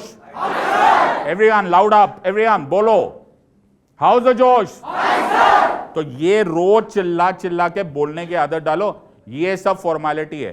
Siddharth Arora will manage polity like everyone over here will manage us. और मैं यहाँ पे क्या बताऊं तुम्हें बताना, वो भी फॉर्मेलिटी है, बता देता हूं मैं, okay. So I will tell all the polity का पूरा का पार्ट, मेरा पूरा situation, the way of teaching. I will teach from the authentic sources. किताब मुझे बोलना मत, मैं किसी किताब से पढ़ाऊंगा नहीं, लेकिन एक भी वर्ड नहीं रहेगा जो पॉलिटी सिलेबस में होता है जो मैं तुम्हें नहीं पढ़ाऊंगा, okay. Everything will be updated right till the last thing. अभी मैंने एक रिसेंटली एक स्पेशल क्लास ऑर्गेनाइज की है only because election commission of India का अब मेथड ऑफ अपॉइंटमेंट चेंज हो गया है। किसी को नहीं पता था, किसी को नहीं पता था। एक बड़ा फेमस क्वेश्चन आता है, हेबियस कॉर्पस नाम की पिटिशन स्टेट पे भी लागू होती है और प्राइवेट इंडिविजुअल पे, ये प्रीवियस ईयर क्वेश्चन है। लेकिन मैंने अभी रिसेंटली देखा, सुप्रीम कोर्ट की एक जजमेंट आई, उन्होंने मैंडेमस का सर्शोरारी का जो रेट था वो भी प्राइवेट इंडिविजुअल पे अप्लाई कर दिया। जब भी यूपीएससी के दिमाग में ऐसा कुछ उल्टा सीधा आता है ना तो उनको करंट आ जाता है, तो मैंने सोचा उसको भी डाल देता हूं। इनफैक्ट सब लोग मेरे टेलीग्राम चैनल को भी ज्वाइन कर लो, मैं उसमें भी स्क्रीनशॉट डाल देता हूं। You just don't know these people. Shreya Singhal वाला एक केस है, सबको थोड़ा बहुत आइडिया, ओके, ट्विटर फेसबुक वाला केस था। तो 2014 में I was one of those members, हम लोगों ने वो आर्ग्यू किया था, मैं SI वगैरह हम लोग सब लोग आर्ग्यू कर रहे थे वो मैटर, और 6 महीने बाद वो यूपीएससी में आ गया था। सो इन पर ना कोई भरोसा नहीं किया जा सकता। मार्च तक भी ये लोग कभी भी एक क्वेश्चन तो डालना है, they can always do this. I will post it up. मेरा लाइन वहां से स्टार्ट होती है 1600 में, ईस्ट इंडिया कंपनी इंडिया से, वहां से आती है ना, we go all the way. And rest assured, इसमें मुझसे कुछ मत पूछना कि सर ये कोर्स कब होगा। मेरा कोर्स 100% लास्ट डॉट तक खत्म होगा, that's a promise. You understand? और वो मुझे बार बार बोलने की जरूरत नहीं। यहाँ पे 3 लाख से ज्यादा एस्पिरेंट्स उनसे पढ़ चुके हैं। We created toppers and I know my job. You know your job और not is going to be determined by your eyes. I want your eyes. Are you clear on this part?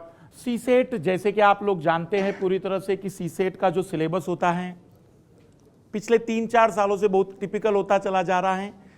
और अभी student इस समय बहुत सारे call कर रहे हैं, सर सीसेट वीक लग रहा है, क्या कर सकता हूं महीने 1.5 महीने में।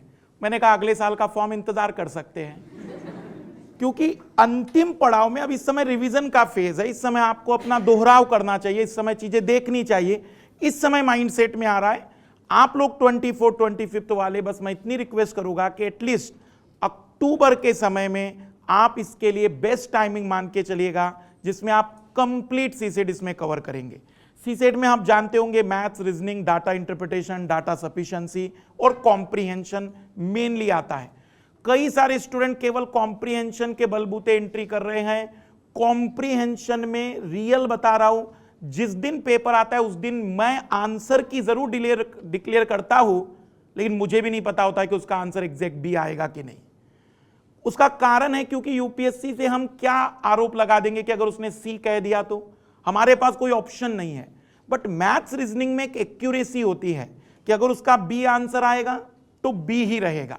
दैट मीन्स अगर आप सी सेट के लिए तैयारी की प्लानिंग करते हैं तो इस बैच में सी सेट कंप्लीटली हमारे द्वारा लिया जाएगा। सी सेट भले ही क्वालिफाइंग है, लेकिन प्लीज इसे क्वालिफाइंग माइंडसेट में मत रखिएगा, क्योंकि रियल में बहुत टिपिकल होता चला जा रहा है। ज्यादा बेस्ट होगा कि आप केवल और केवल उसको 2 से 2.5 महीने डेडिकेटली दे, ज्यादा टाइम आपका नहीं लेंगे हम। मैं बुलाना चाहूंगा प्रतीक सर को, वे अपने सिलेबस के बारे में बताएं। Thank you very much sir. मैं हिस्ट्री के बारे में थोड़ा चर्चा कर देता हूँ। हिस्ट्री जैसे आप सबको पता होगा कि प्रीलिम्स मेंस दोनों में आता है। मेंस में जीएस पेपर 1 के अंदर आएगा, आजकल निबंध में भी आ रहा है। So including you will find ऐसे, पिछले 2 साल से philosophical essays on history are is being asked by UPSC. जैसे एक बार सवाल आया था हिस्ट्री रिपीट्स इटसेल्फ, या वी विल फाइंड कि हिस्ट्री और फिलोसफी को मर्ज करके पिछले 2-3 साल से क्वेश्चंस आ रहे हैं। तो उसमें अप्रोच के बारे में तो बहुत क्लियर कट है। मेरा ये मानना है कि it should be our actions rather than our words that should speak it out. But उतना ध्यान रखेंगे कि आपका 80-90% के आसपास क्वेश्चंस अटेम्प्ट होंगे हिस्ट्री के अंदर से। 10% ऐसे क्वेश्चंस आएंगे हिस्ट्री में एवरी ईयर जो छोड़ने के लिए आते हैं। एक टीचर के रूप में इतना तथ्यों के साथ और ओपनली मैं आपको कह रहा हूँ कि वो छोड़ दीजिएगा, पर बाकी के जो 90% कवरेज है हिस्ट्री के, जो स्टैंडर्ड टॉपिक से क्वेश्चंस आ रहे हैं, उसको करवाने की जिम्मेदारी मैं आपको ले रहा हूँ सर, ठीक है। इंपॉर्टेंट बात यह है कि हिस्ट्री में कोई शॉर्टकट नहीं है, और शॉर्टकट होना भी नहीं चाहिए, है ना। कि भाई सीढ़ियाँ उनको ज़रूरत होती है जिनकी मंजिल खाली छत तक है। हमारे लिए तो पूरा आसमान है, और हमें खुद का अपना रास्ता भी बनाना है। तो हिस्ट्री एक वैसी बात है जहाँ आपको वो सीढ़ी वाली जो गेम आप सोच रहे होगे कि भाई मुझे सीढ़ियाँ मिल जाएगी कोई, वो नहीं होगा। आपको हिस्ट्री के अंदर तैयारी करनी है, लिंकेजेस एस्टैब्लिश करनी है, करंट अफेयर्स के साथ बैकवर्ड लिंकेजेस एस्टैब्लिश करनी है, क्योंकि आजकल करंट सेंट्रिक हिस्ट्री आ रहा है। सर ने कहा कि जैसे पॉलिटी के अंदर या बाकी सारे सब्जेक्ट्स में, वैसे हिस्ट्री में भी आ रहा है। तो वी विल मेक श्योर कि एक ऐसा कॉम्प्रिहेंसिव आपको कवरेज दिया जाए जहाँ थियरी प्लस करंट दोनों की मिक्सचर के साथ, और आपको एसेज में भी हेल्प हो पाए। इवन जीएस पेपर 4 एथिक्स के पॉइंट ऑफ व्यू से देखोगे तो उसमें भी कहीं कहीं मैं हिस्ट्री डाल देता हूँ। तो उस तरह से अप्रोच को हम लोग तैयारी करेंगे। बाकी आगे की जो इन्फॉर्मेशन है वो आपको इनफैक्ट है ना, वी विल सी कि कंटिन्यू करेंगे सुदर्शन सर। बाकी मैं कल्चर भी कराऊंगा, I will be also taking the art and culture portion as well, and that will be in the prelims and the mains comprehensive point of view as well. So one single stop solution for ancient, medieval, modern, art and culture, world history as well as post independence India sir. ठीक है sir, Sudarshan sir please.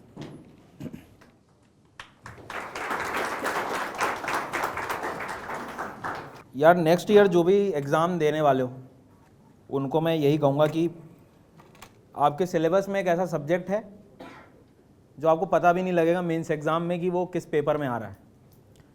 Geography, environment और लड्डू में शक्कर का काम कर रहा है डिज़ास्टर मैनेजमेंट, आपदा प्रबंधन। क्योंकि वो हर बार हर क्वेश्चन में ये एक्सपेक्ट करता है कि आप क्वेश्चन को आखिरी तक डिज़ास्टर मैनेजमेंट में ले जाओ। क्योंकि किसी कलेक्टर को करना क्या है या डीएम को करना क्या है, वो नेशनल प्लान जो है डिज़ास्टर मैनेजमेंट उसमें लिखा है एक्चुअल में।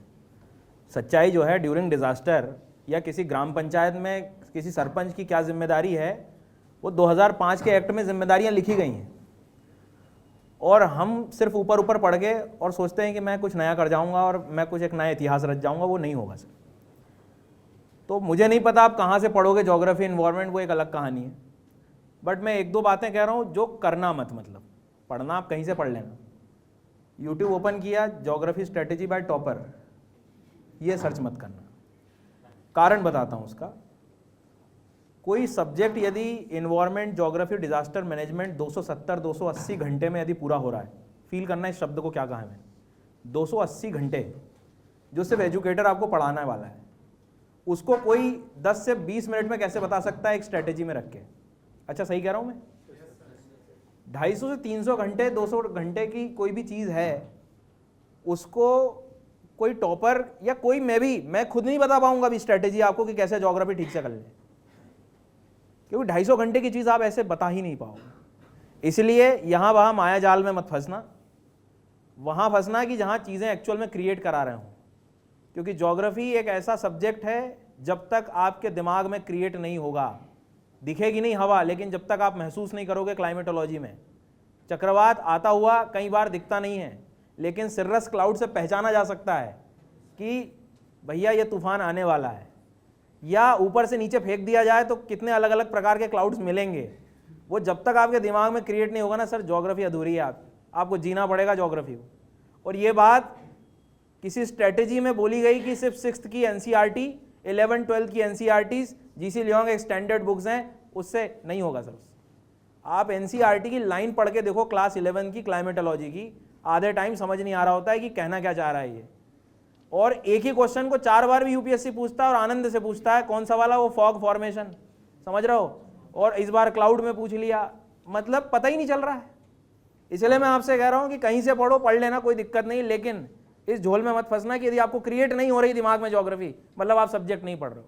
और ज्योग्राफी गया तो मान के चलना इन्वायरमेंट पूरा ही गया, कुछ नहीं बचा इन्वायरमेंट में।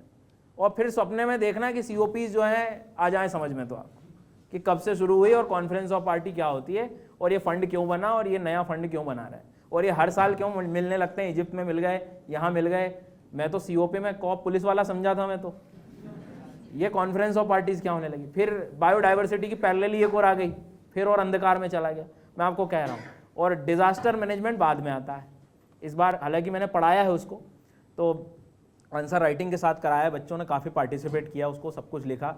लेकिन उन्होंने जो देखा कि डिजास्टर मतलब आधे टाइम, आज बोले सर पहली बार पता लगा है कि वल्नरेबिलिटी का मतलब क्या होता है, डिजास्टर का मतलब क्या होता है, हजार्ड क्या होता है, रिस्क क्या होता है। लेकिन हमारे लिए जीवन में रोज यूज करते हैं हम, रिस्क हो गई, बहुत रिस्क है, वहां मत जाना मत जाना।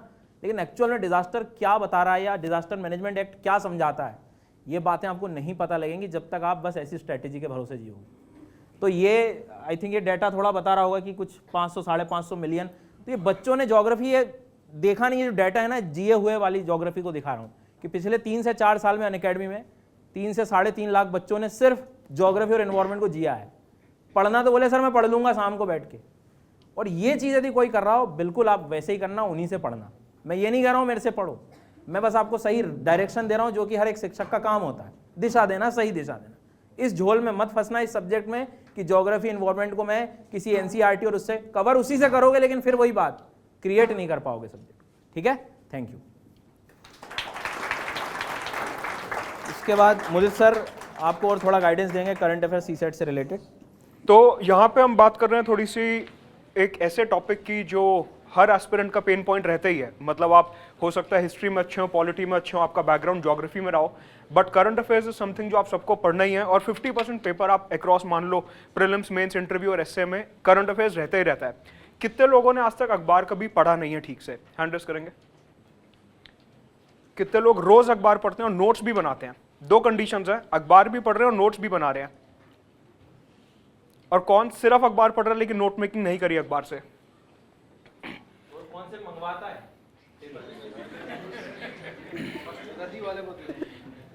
मंगवाने का काम हो रहा है।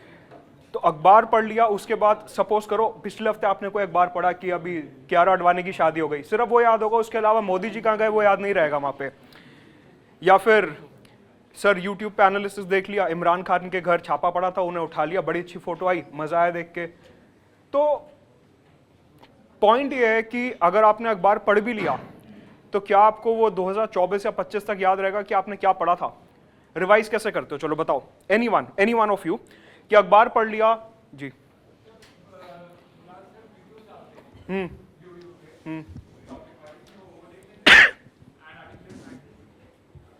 अखबार नहीं पढ़ते।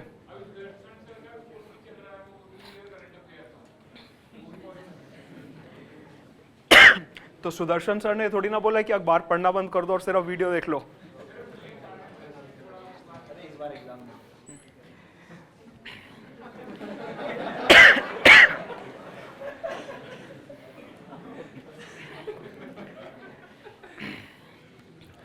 जो 2024 और 25 की तैयारी कर रहे हैं स्पेसिफिकली, देखिए न्यूज़पेपर पढ़ना काफ़ी इंपॉर्टेंट है। रीज़न बीइंग कि आप प्रीलिम्स, मेंस, इंटरव्यू और एस्से अगर चारों पिलर्स को साथ लेके चलते हो तो वहाँ पे सब जगह आपको करंट अफेयर्स की जरूरत पड़ेगी। फॉर एग्जांपल निबंध में पिछली बार एक क्वेश्चन आया कि छत की मरम्मत करने का सही समय तब होता है जब धूप निकल रही होती है। The best time to repair the roof is when the sun is shining. इस तरीके से एक स्टेटमेंट दिया और उसमें कहता है कि आप 1500 वर्ड्स में एस्से लिखिए। अब थ्योरी लिख देंगे, थोड़ी बहुत पॉलिटिकल थ्योरी लिख दी, थोड़े बहुत थॉट्स लिख दिए, लेकिन उसमें आपको करंट अफेयर्स की भी जरूरत पड़ेगी। आप पिलर वाइज उठा के देखो कि सपोज अगर आप पेपर 1 देखते हो, जीएस पेपर 1, वहां पे सोशल इश्यूज की बात हो रही है कि सोसाइटी में जो ईविल प्रैक्टिसेस आज भी चल रही हैं, अगर हम उनको समय रहते सुधार लें तो हो सकता है हमारा डेमोग्राफिक डिविडेंड इंप्रूव हो जाए। या फिर पेपर 2 में से आप कोई मुद्दा उठा लो कि ठीक है अभी पार्लियामेंट में सिविल कोड की बात हो रही है, तो सही समय रहते अगर हम सिविल कोड लाते हैं तो उससे क्या बेनिफिट्स हो सकते हैं। या फिर सपोज फीमेल रिजर्वेशन की बात हो रही है लोकसभा में कि अगर महिला आरक्षण लोकसभा में आता है तो उससे क्या बेनिफिट्स हो सकते हैं। कि समय रहते आपने बदलाव कर लिया तो आपको छत की मरम्मत तभी करनी है जब धूप निकल रही है। या फिर सपोज अभी चाइना एक्सपेंशनिज्म की तरफ बढ़ रहा है तो आपने सही समय रहते अगर क्वाड को और प्रोएक्टिव कर लिया, ऑस्ट्रेलिया, इंडोनेशिया, फ्रांस के साथ आपने रिन्यूड मल्टीलेटरलिज्म में कुछ अच्छा कर लिया, तो आप चाइना को रोक सकते हो।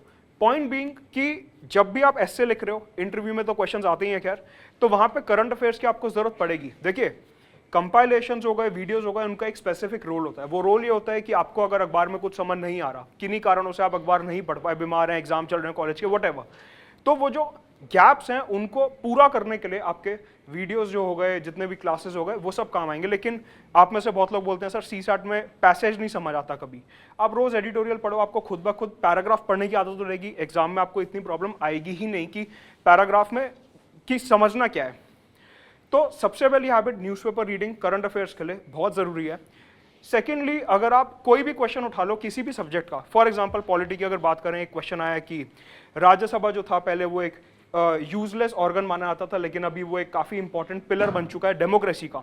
या एक क्वेश्चन आया था once a speaker is always a speaker, इसके ऊपर हमारे को एंटी डिफेक्शन से लिंक करते हुए उस टाइम पे कुछ केसेस चल रहे थे वेस्ट बंगाल वगैरह में, तो आंसर लिखना था। या फिर इवन हिस्ट्री में, प्रीलिम्स में करंट अफेयर्स रिलेटेड काफी क्वेश्चंस आने लगे हैं। पॉइंट बीइंग कि अखबार रोज आपको पढ़ना है और उसमें सब्जेक्ट वाइज नोट मेकिंग करने की कोशिश करिए, डे वाइज नहीं, सब्जेक्ट वाइज। उसका बेनिफिट ये होगा कि सपोज आपने ज्योग्राफी एनवायरनमेंट की क्लास करी, जो आपको करंट अफेयर्स अखबार में एनवायरनमेंट, डिजास्टर, ज्योग्राफी के मिल रहे हैं वो आपने साथ में ही लिख लिए, तो जब आप मेंस देने जाओगे उससे पहले आपके पास खुद का एक कंपाइल्ड सिलेबस होगा कि हाँ इसमें स्टैटिक भी आ गया, करंट भी आ गया, मेरे को कुछ और पढ़ने की जरूरत ही नहीं है। जो भी आपने स्टैटिक पोर्शन पढ़ा उससे लिंक करते हुए करंट अफेयर्स आप वहीं पे सप्लीमेंट करने की कोशिश करिए। Likewise with art and culture, polity, IR और ये सब। So current affairs is something जो आपका 50% वेटेज अप्रॉक्सिमली प्री मेंस, इंटरव्यू और एस्से में रखेगा। बाकी और जो आपके डाउट्स हैं हम सब लेंगे एक एक करके। एंड ऑल्सो अनअकैडमी पे एक आरंभ बैच शुरू हो रहा है 30 मार्च से, जहाँ पे सारे एजुकेटर्स जो हैं कंप्लीट सिलेबस करने वाले हैं एंड जिसमें आपको अप टू 40% तक का डिस्काउंट मिलेगा। ऑल्सो हमारा एक जो है ऑल इंडिया टेस्ट होने वाला है 23 तारीख को ऑल इंडिया लेवल का टेस्ट होने वाला है, ऑनलाइन ऑफलाइन दोनों में, राइट। तो आप जो क्वेश्चंस हैं वो पूछ सकते हैं। तो जिनको सुनाई नहीं दिया, इनका डाउट बेसिकली है कि हम आर्टिकल तो पढ़ लेते हैं लेकिन उसमें से लिखना क्या है ये समझ नहीं आता। देखिए उसके लिए सबसे पहले आपको प्री और मेंस के प्रीवियस ईयर क्वेश्चंस देखने पड़ेंगे कि एग्जैक्टली यूपीएससी किस माइंडसेट से क्वेश्चन पूछ रहा है। फॉर एग्जांपल 6-7 महीने तक फार्म प्रोटेस्ट की न्यूज़ जो है वो रोज अखबार में आई, हमने देखा आज यहाँ पे हाईवे बंद कर दिया, आज उधर प्रोटेस्ट हो गया, लेकिन उसके ऊपर यूपीएससी ने क्वेश्चन कैसे पूछा कि फार्मर्स जो हैं वो एक नया प्रेशर ग्रुप की तरह उभरे हैं और उन्होंने भारत के लोकतंत्र में अपनी डिमांड्स को पूरा करवाने के लिए एक नया रास्ता अपनाया है।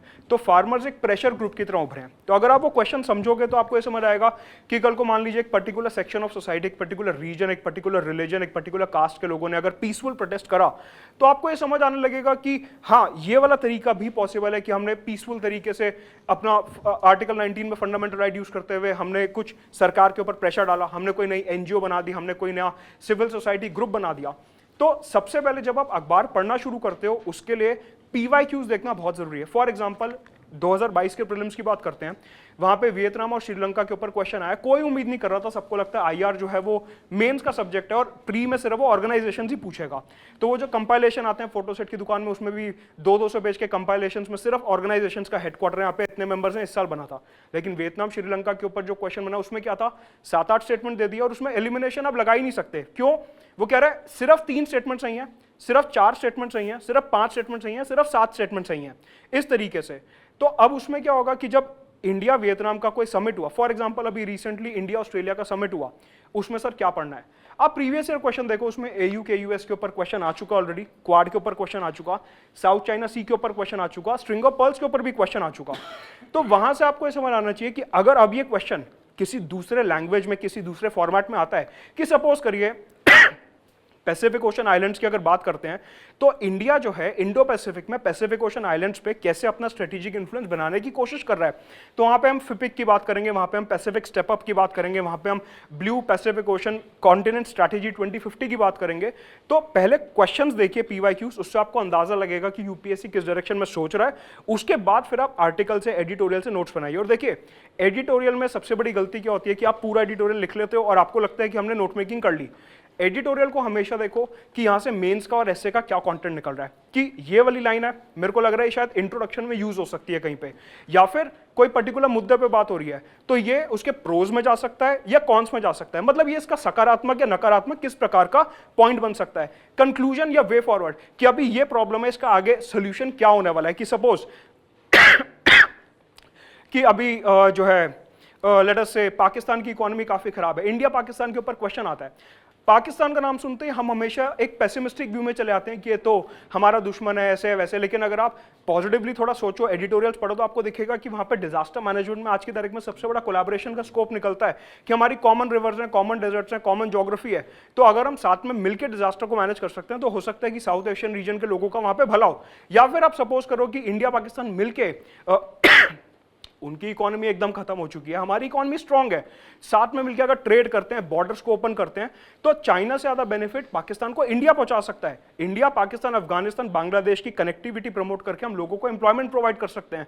तो उस तरीके से आप पॉजिटिव एस्पेक्ट भी देखेंगे।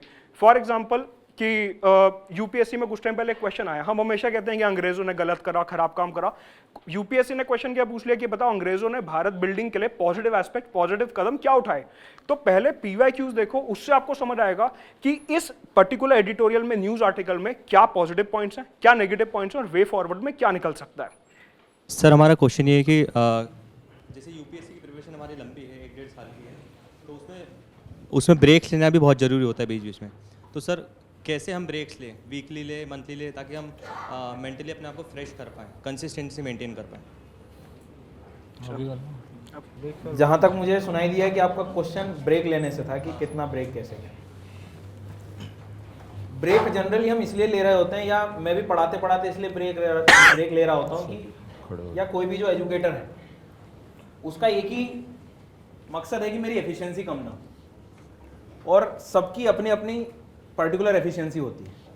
आपको जब लगने लगा कि 2 दिन हो गए, 4 दिन हो गए, कभी कभी सब्जेक्ट से भी इशू हो सकता है, तो एक बात ध्यान रखना है कि अपनी थोड़ी एफिशिएंसी पहले पहचाननी पड़ेगी। इतने भी ब्रेक नहीं लेना है कि खुद का नुकसान कर लिया।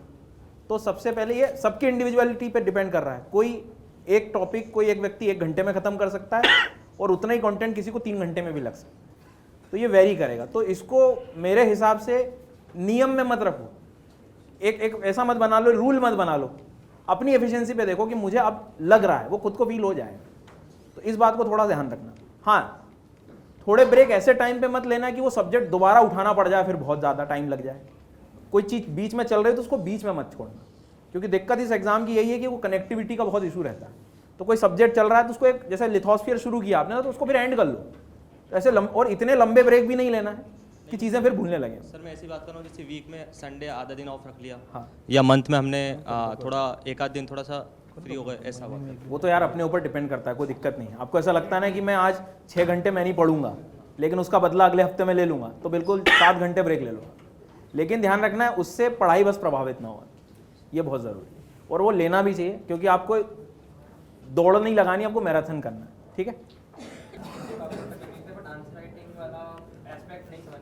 यार एक मिनट, ये आंसर राइटिंग ना, ये मेरी कहानी रुदा दे जहां मालूम होती है, जिसे देखो उसकी दास्तान मालूम होती है, वैसा वाला कॉन्टेक्स्ट है।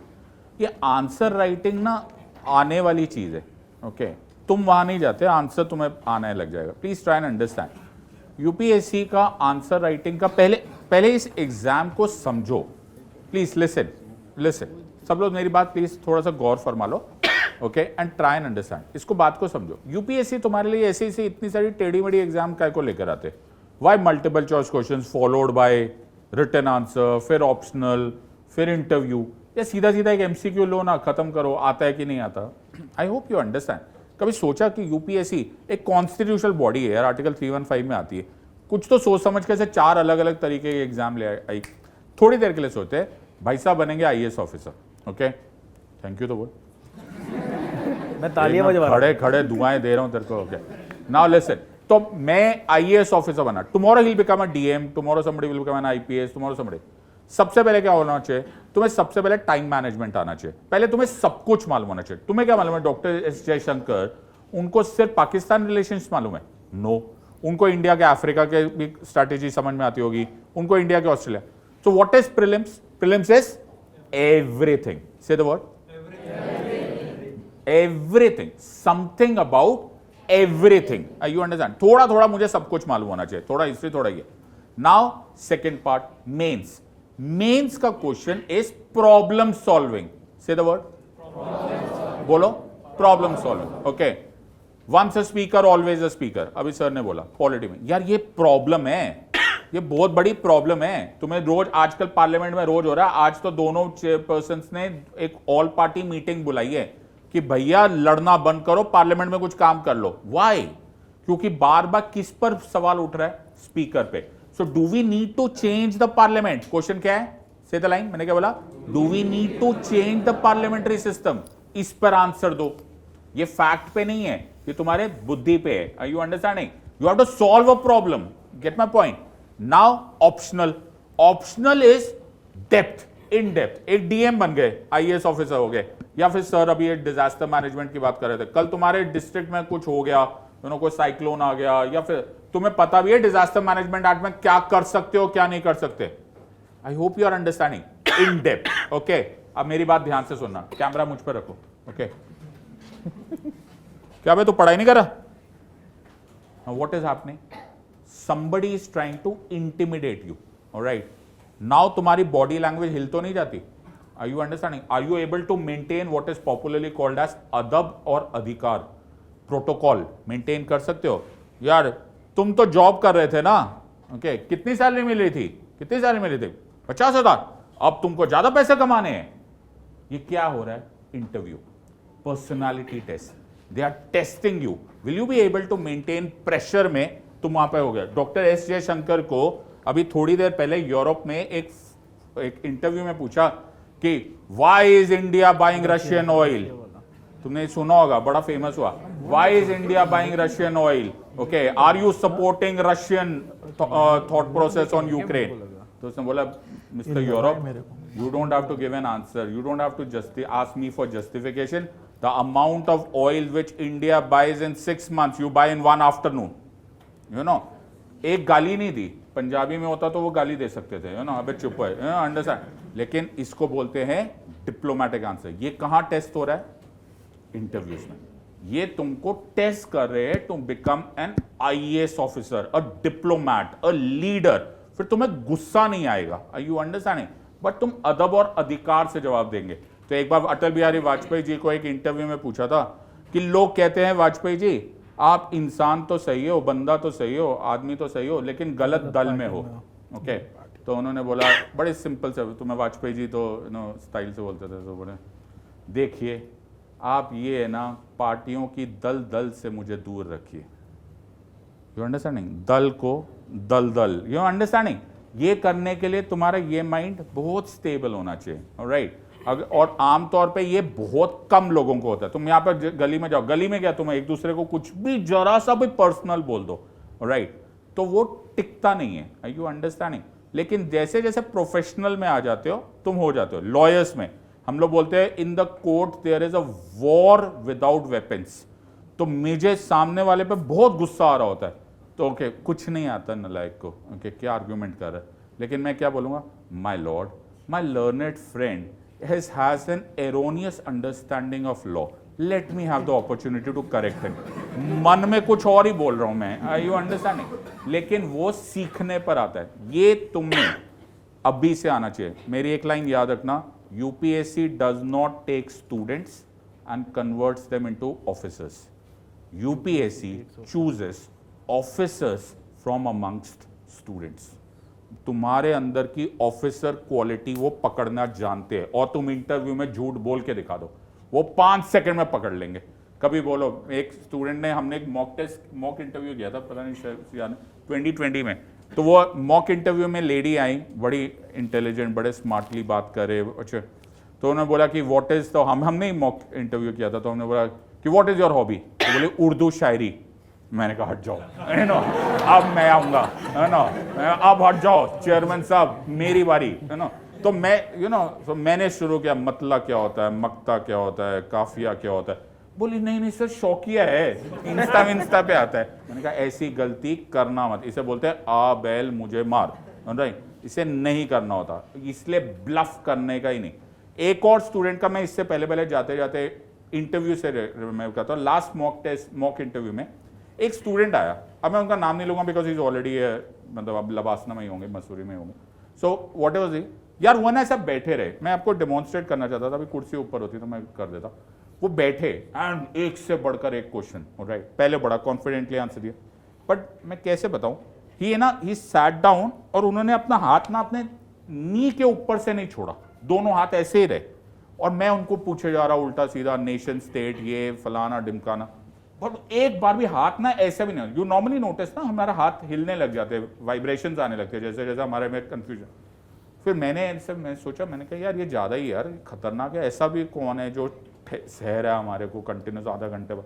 तो मैंने उसका डैफ फॉर्म ऐसे निकाल के देख लिया, father senior superintendent of police.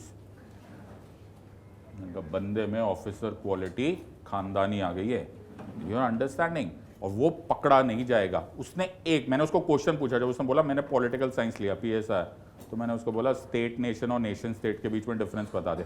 इसका आंसर ना बड़ों को नहीं आता, है ना, बड़ों को आ ही नहीं सकता। जो बोलता है ना नेशन स्टेट और स्टेट नेशन के बीच में आंसर, उसको डिफरेंस मालूम है, वो या तो सिद्धार्थ अरोरा है या झूठ है, you know, it's not possible.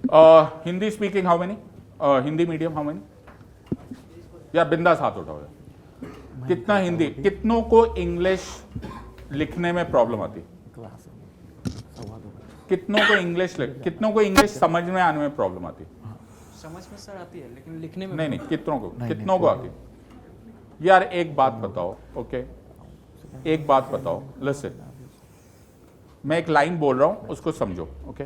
We the people of India having solemnly resolved to constitute India into a sovereign, socialist, secular, democratic republic, and to secure to all its citizens justice, social, economic, political, liberty of thought, expression, belief, faith and worship, equality of status and of opportunity, fraternity, assuring the dignity of the individual and the unity and the integrity of a nation, in our Constituent Assembly on this 26th day of November 1949, do hereby adopt, enact and give to ourselves this Constitution, full stop।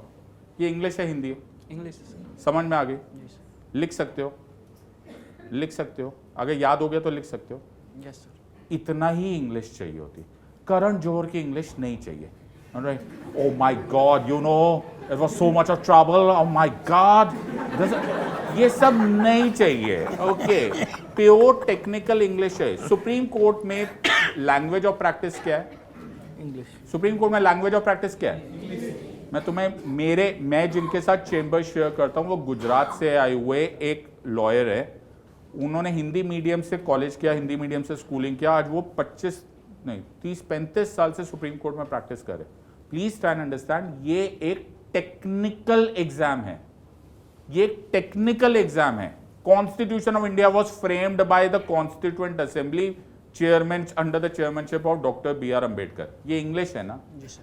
इसमें खतरनाक कुछ नहीं है ना? इतनी ही English लिखनी है मेरे बेटा, आपको शशि थरूर साहब की इंग्लिश नहीं लिखनी और ना एक्सपेक्टेड है। प्लीज अंडरस्टैंड, ये हमने अपने आप की लिमिटेशन बना दी है। Get my point. मैं जब दिल्ली आया था तब मुझे हिंदी नहीं आती थी, राइट मैं जहाँ से मेरे को जिस स्कूल में मेरी मम्मी ने बोला फटे मुँह रख उसको, तो वो हॉस्टल था, मैं बचपन से हॉस्टल में हूँ, तो वहाँ पर हिंदी बोलना मना था फॉर वॉट एवर रीज़न। तो मैं यहाँ पर आया तो मुझे हिंदी नहीं आया, तो मुझे एक दिन बड़ी फ्रस्ट्रेशन हुई कि मैं इंडिया में मतलब दिल्ली में कैसे मैनेज करूँ। देन आई रियलाइज काम बोलचाल की भाषा तो कोई भी सीख सकता है। Get my point. बॉलीवुड क्या बोलता है, बॉलीवुड क्या कौन सी भाषा बोलता है, बॉलीवुड कौन सी भाषा बोलता है? इंग्लिश है, हिंदी है, आई लव यू क्या है ये? दोनों सर इंग्लिश। इंग्लिश है, उसमें उर्दू आता है, उसमें फारसी आ जाती है, जो समझ में आ गया वो भाषा, बाकी सब कॉम्प्लिकेशंस होती है। Simple language. यहाँ पर कोई नहीं बैठा हुआ जो तुमको ये बात बता देगा कि यार हम शशि थरूर की इंग्लिश लिख दे, वो मजाक हो जाता है after a while. I hope you are understanding. Shashi Tharoor साहब की इंग्लिश आफ्टर अ वाइल क्या बोल रहे हैं यार, that's not to be honest. Modi ji कौन सी भाषा बोलते हैं जो समझ में आता है? Get my point. तो समझदारी, इसको मत टेंशन ले, कुछ नहीं होता। रोज न्यूज़पेपर पढ़ आ जाएगी, उतनी बंद करने वाला हो जाओगे, कुछ नहीं होता, nothing to worry. Anything else for me sir?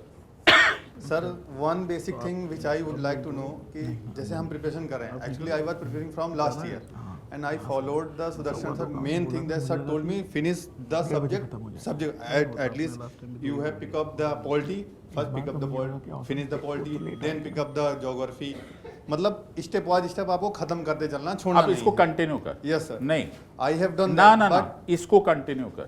But English को कंटिन्यू कर। अब उसको हिंदी मत डाल, देखते को वो आदत हो जाएगी। मैं तेरे को मैं वो ऑब्जर्व and कर रहा हूँ। sir the certain something happened in my home, in my family, that my preparation get stuck in between, and it happens actually in broad of 3 months when again I recap from lectures and recording session, then after 3 months then suddenly some problem arises. So what now I should do that my preparation can continue from this situation? वैसे I think everybody is going to answer the same thing, but I think मैंने थोड़ी देर पहले आपको ये line बोल दिया था, okay, not in my words but in somebody's big words. सफ़र में धूप तो होगी, तुम चल सको तो चलो, यू हैव टू। हर एक की लाइफ में प्रॉब्लम आती है बेटा, सिंपल। ये लाइन, इस लाइन को मैंने पढ़ने के लिए इसलिए बोला था। मेरे पास एक स्टूडेंट थी, मैंने हमेशा उनका एग्जाम्पल दिया। 2020 में एक बैच में एक स्टूडेंट थी मेरी, मैं आपको बड़ा फ्रैंकली बोल रहा हूँ, ऑनलाइन पढ़ाते टाइम तो मैं ना डांट देता हूँ, तुम लोगों को मालूम है, ब्लॉक कर देता हूँ अगर कोई स्पैम कर रहा होता है। I don't like that part. So one day that lady student थी, उन्होंने कुछ ऐसा बीच में बोल दिया और फिर मैंने उनको ना डांट दिया। मैंने कहा तुम डिस्टर्ब कर रहे हो, समथिंग लाइक दैट। तो थोड़ी देर बाद उनका डीएम आया मेरे को, डायरेक्ट मैसेज आया, बोले कि सर सॉरी, मेरा ना बच्चा मुझे डिस्टर्ब कर रहा था, ओके, तो मैं पढ़ नहीं पाई, राइट। और फिर उन्होंने मुझे पूरी बात बताई कि नगरोटा करके एक जगह है कश्मीर में, ओके, वो कैंट एरिया। तो बोले नगरोटा में अटैक हुआ था, ओके, और मेरे husband skilled in action, Indian army के ऑफिसर थे, और I am a single mother now for that, और मैं विडो, वो विडो, और मेरा 2 साल का बच्चा है, तो मुझे उनको भी ख्याल रखना पड़ता है, और घर पे और कोई है नहीं, और हस्बैंड के अभी 6 महीने पहले ही किल्ड इन एक्शन। यार मेरा ना, मैं वकील हूँ और मैं क्रिमिनल लॉयर हूँ, तो मेरे को ना आमतौर पे ऐसी चीज़ें ना इतना आराम से कोई डरा नहीं पाता, झकझोर नहीं पाता, बट मेरे को ना पसीना आ गया। यार मैंने सोचा लाइफ में कितने ट्रबल्स होते। सोचो यार, एक सेकंड के लिए सोचो, यू नो, अपने आप को सोचो और उन लेडी को सोचो, यू नो, अभी 6 महीना पहले हस्बैंड की डेथ हुई, 2 साल का बच्चा है, पढ़ना भी है, करियर भी देखना है, सब कुछ करना है। उसके बाद ना मैंने थोड़े टाइम के बाद ना मैंने एक फॉर्मूला बनाया अपनी लाइफ में कि जब बहुत ज़्यादा तकलीफ आती है, जब बहुत ज़्यादा हतोत्साहित हो जाते हैं, जब आदमी डर जाता है ना, तो ज़िंदगी के उस मौके को देखो, भगवान ना करे तुम्हारे साथ हुआ हो, लेकिन ज़िंदगी में किसी ना किसी ऐसे मौके को याद करो जब सच में डर गए थे, जब सच में खाने को कुछ नहीं था, जब अचानक ये लाइफ ना बड़ी अच्छी लगने लगेगी। You know, human mind relative होता है। जब बहुत ठंड लगती है ना, मैं एक बार वैष्णो देवी गया था, वैष्णो देवी गया, हम लोग अटक गए, वहाँ पे बर्फ़ पड़ गई, ओके, हम लोग अटक गए, तो हम लोग पूरी रात ना एक कोने में ऐसे बैठे रहे। वैष्णो देवी में ठंड लगती है, तो ठंड लग रही, तो मुझे अभी कभी ऐसे ठंड लगती है, ऐसा कभी एनवायरनमेंट ऐसा हो जाता है ना, मैं थोड़ी देर के लिए अपने आप को उस टाइम क्या होता है कि हमने पूरी रात सर्वाइव कर ली थी यार पहाड़ों पे, यू नो, पहाड़ों पे जिसने सर्वाइव कर लिया ठंड में ना, तो मैं हमेशा माता रानी को ऐसे याद करता हूँ, माता रानी तब बचा लिया तो अब भी बचेंगे। अभी तो एसी ही नहीं चल रहा ना, ज़्यादा से ज़्यादा और क्या और होगा, यही दुख हो रहा होता है। सो माइंडसेट वहाँ पर रखो बेटा, लाइफ में माइंडसेट का सारा खेल है। अभी आप जिस एनवायरनमेंट में, सिचुएशन में हो ना बेटा, ये हिंदुस्तान के 0.1% लोगों के नसीब में नहीं, बात समझो, इतना 0.1% लोगों के नसीब में नहीं है। ओके, सबको क्या क्या स्ट्रगल सह कर आते हैं। और मालूम है क्या है, ऐसी जो चीजें होती है ना, इनको मुबारक दिन बोलते हैं। क्यों मालूम है? क्या नाम है आपका? शुभम शुक्ला। शुभम, जब तू सक्सेसफुल हो जाएगा ना, तो ये जो तेरी स्ट्रगल्स है ना, ये कहानियां बनेगी, तब तेरे पास कुछ सुनाने को होगा। ओके, सैफ अली खान के पास कुछ सुनाने को नहीं है ना, क्या भैया तूने क्या स्ट्रगल किया। मेरे फादर ना नवाब पटौदी थे। ओके, हमारे पास 5000 एकड़ पहले से था, बड़ा स्ट्रगल हुआ। I hope you understand, you are getting my point. Shubham, तेरे पास ये कहानियां होगी, इन कहानियों को संजो के रखो। ये खुदा भगवान तुम्हें देता है, ये कहानियां सुनाने को काम आएगी, तो इसमें से निकलो और ये कहानियां संजो के रखना। ये स्ट्रगल नहीं है, ये भगवान को ये तुम्हें मौका दे रहा है। एक दिन तुम्हारा इंटरव्यू आएगा, बोलेंगे शुभम जी आज आप कैबिनेट सेक्रेटरी बन गए, बड़ा मुश्किल हो रहा होगा, क्या हुआ था? तो बोलना कि यार 3 महीने पहले ऐसा हुआ था। Gate my point? So think on that. And sir one thing, जैसे कि हमारी प्रेजेंटेशन ब्रेक हुई, कोई सब्जेक्ट छूट गया, अब अगर हम दोबारा कंटिन्यू कर रहे हैं तो हम कभी कभी ऐसा लगता है कि पीछे की चीज़ें हमारी गायब हो चुकी हैं, तो अब सब्जेक्ट को हमें वहीं से कंटिन्यू करना चाहिए या फिर हम फिर से स्टार्टिंग से शुरू करें? आपको काम पूरा करना है। Yes, अगर आप उठा सकते हो वहां से उठा लो, नहीं हो सकता 0 से स्टार्ट। 2x पे देख लें। 2x पे देख। Thank you sir, thank you very much. Doubt ये है क्योंकि हम सब ऑनलाइन क्लासेस करते हैं तो सभी स्टूडेंट्स को ये मतलब प्रॉब्लम होती होगी जब भी हम मतलब इतना, एक तो हम रिकॉर्डेड कोर्सेज करते हैं, फिर जब हम बिगिनिंग करते हैं तो सब्जेक्ट्स इतने सारे हैं, सर लगता है ये सब्जेक्ट भी कर ले वो सब्जेक्ट भी कर ले, और फिर कोई लाइव कोर्स आ जाता है तो हम सोचते हैं वो भी कर लेते हैं। 2 आवर्स की सर क्लासेस होती है, और अगर बहुत से स्टूडेंट्स बोलते हैं 4 क्लासेस कर लो आप दिन में, 5 क्लासेस कर लो, तो सर उससे बहुत प्रॉब्लम, 10 आवर्स तो क्लासेस में ही लग जाएंगे। फिर सर प्रैक्टिस भी होती है, आंसर राइटिंग भी होती है, रिविजन कैसे कर पाएंगे सर फिर हम? ठीक है, तो आपने तैयारी कर ली है या क्या स्थिति है? नो सर, मैं 2025 में एग्जाम दूंगी। देना है, अभी आपको तैयारी शुरू करनी है एक तरह से, ऐसा? 1 ईयर हो गया है सर, सिलेबस कंप्लीट हो गया एक बार। देखो बहुत सिंपल है, इसका जो सॉल्यूशन है, आप यही चाहोगे ना कि मैं यदि किसी दूसरे सब्जेक्ट को पढ़ रहा हूँ या पढ़ रही हूँ तो मैंने जो पहले पढ़े हैं वो मुझे याद हो। एक सच्चाई यही है, मान लीजिए कि आपने पॉलिटी सर से पढ़ लिया, और पॉलिटी का एक स्टैटिक पार्ट है या ज्योग्राफी का स्टैटिक पार्ट है जो एक बार समझा जा सकता है, क्लियर हो सकता है, या पढ़ते समय आपने उसको रिवाइज करके एमसीक्यूज लगा लिए, सब हो गया। और जब आप नेक्स्ट वाले पे आते हो तो पुराना या तो भूलने लगते हैं, इकट्ठा होने लगता है। जी सर। सबसे बेहतर सॉल्यूशन मैं बता रहा हूँ, जो लर्नर जो कर रहे थे या जिन्होंने ऑनलाइन सिलेक्शन लिया है, उनकी प्रोसेस को यदि आप देखोगे तो उनका बस यही था। और सच्चाई ये है कि मुझे आगे के तो करने भी पड़ेंगे ना, ये गुणगान तो नहीं गा पाएंगे हम, कह रहे अब मैं पुराना भूल जाऊंगा। सबसे बेस्ट टाइम मतलब ये है कि सबसे पहले तो आप अपने आप को पहचानो कि आप कितनी क्लासेस झेल पा रहे हो।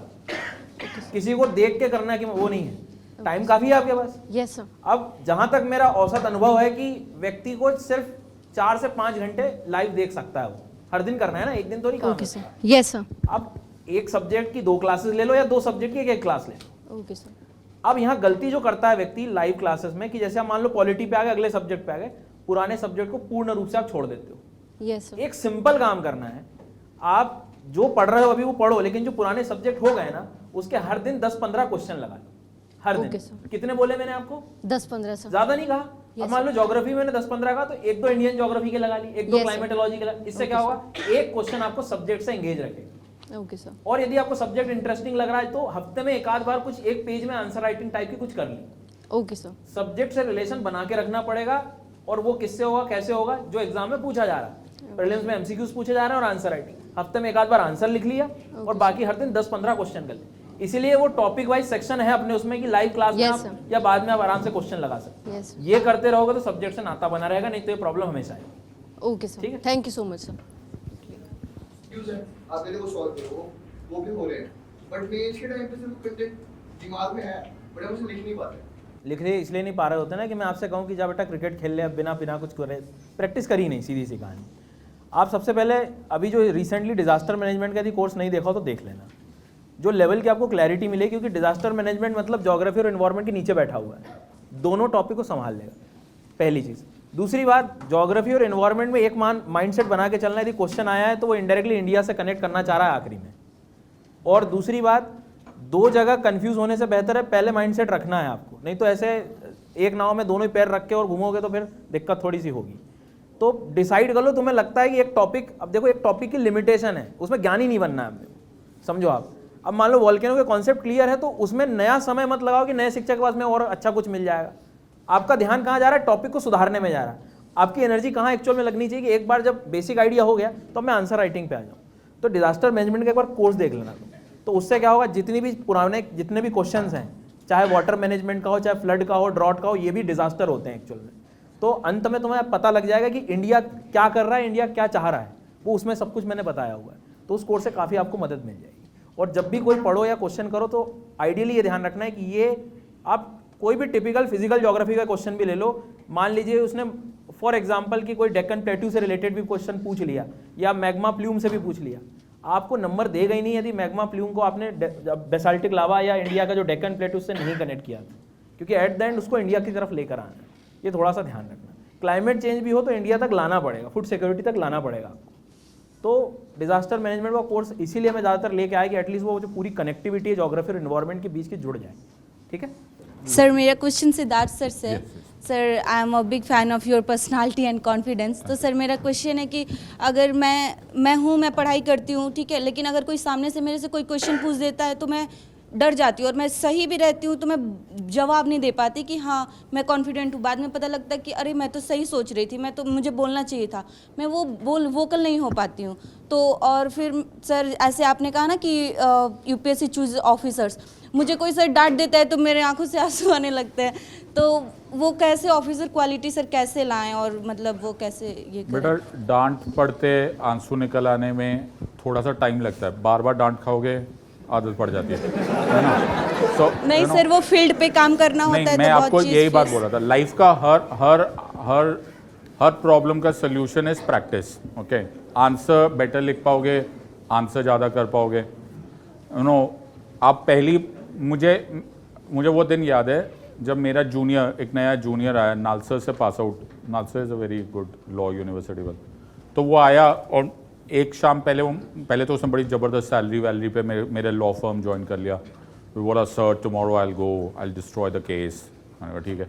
जब वो कोर्ट में गया ना तो उसके पाँव कांप रहे थे, मुझे लगा बेहोश हो जाएगा, मेरे को राइट देनी पड़ेगी। मैंने उसको हटाया।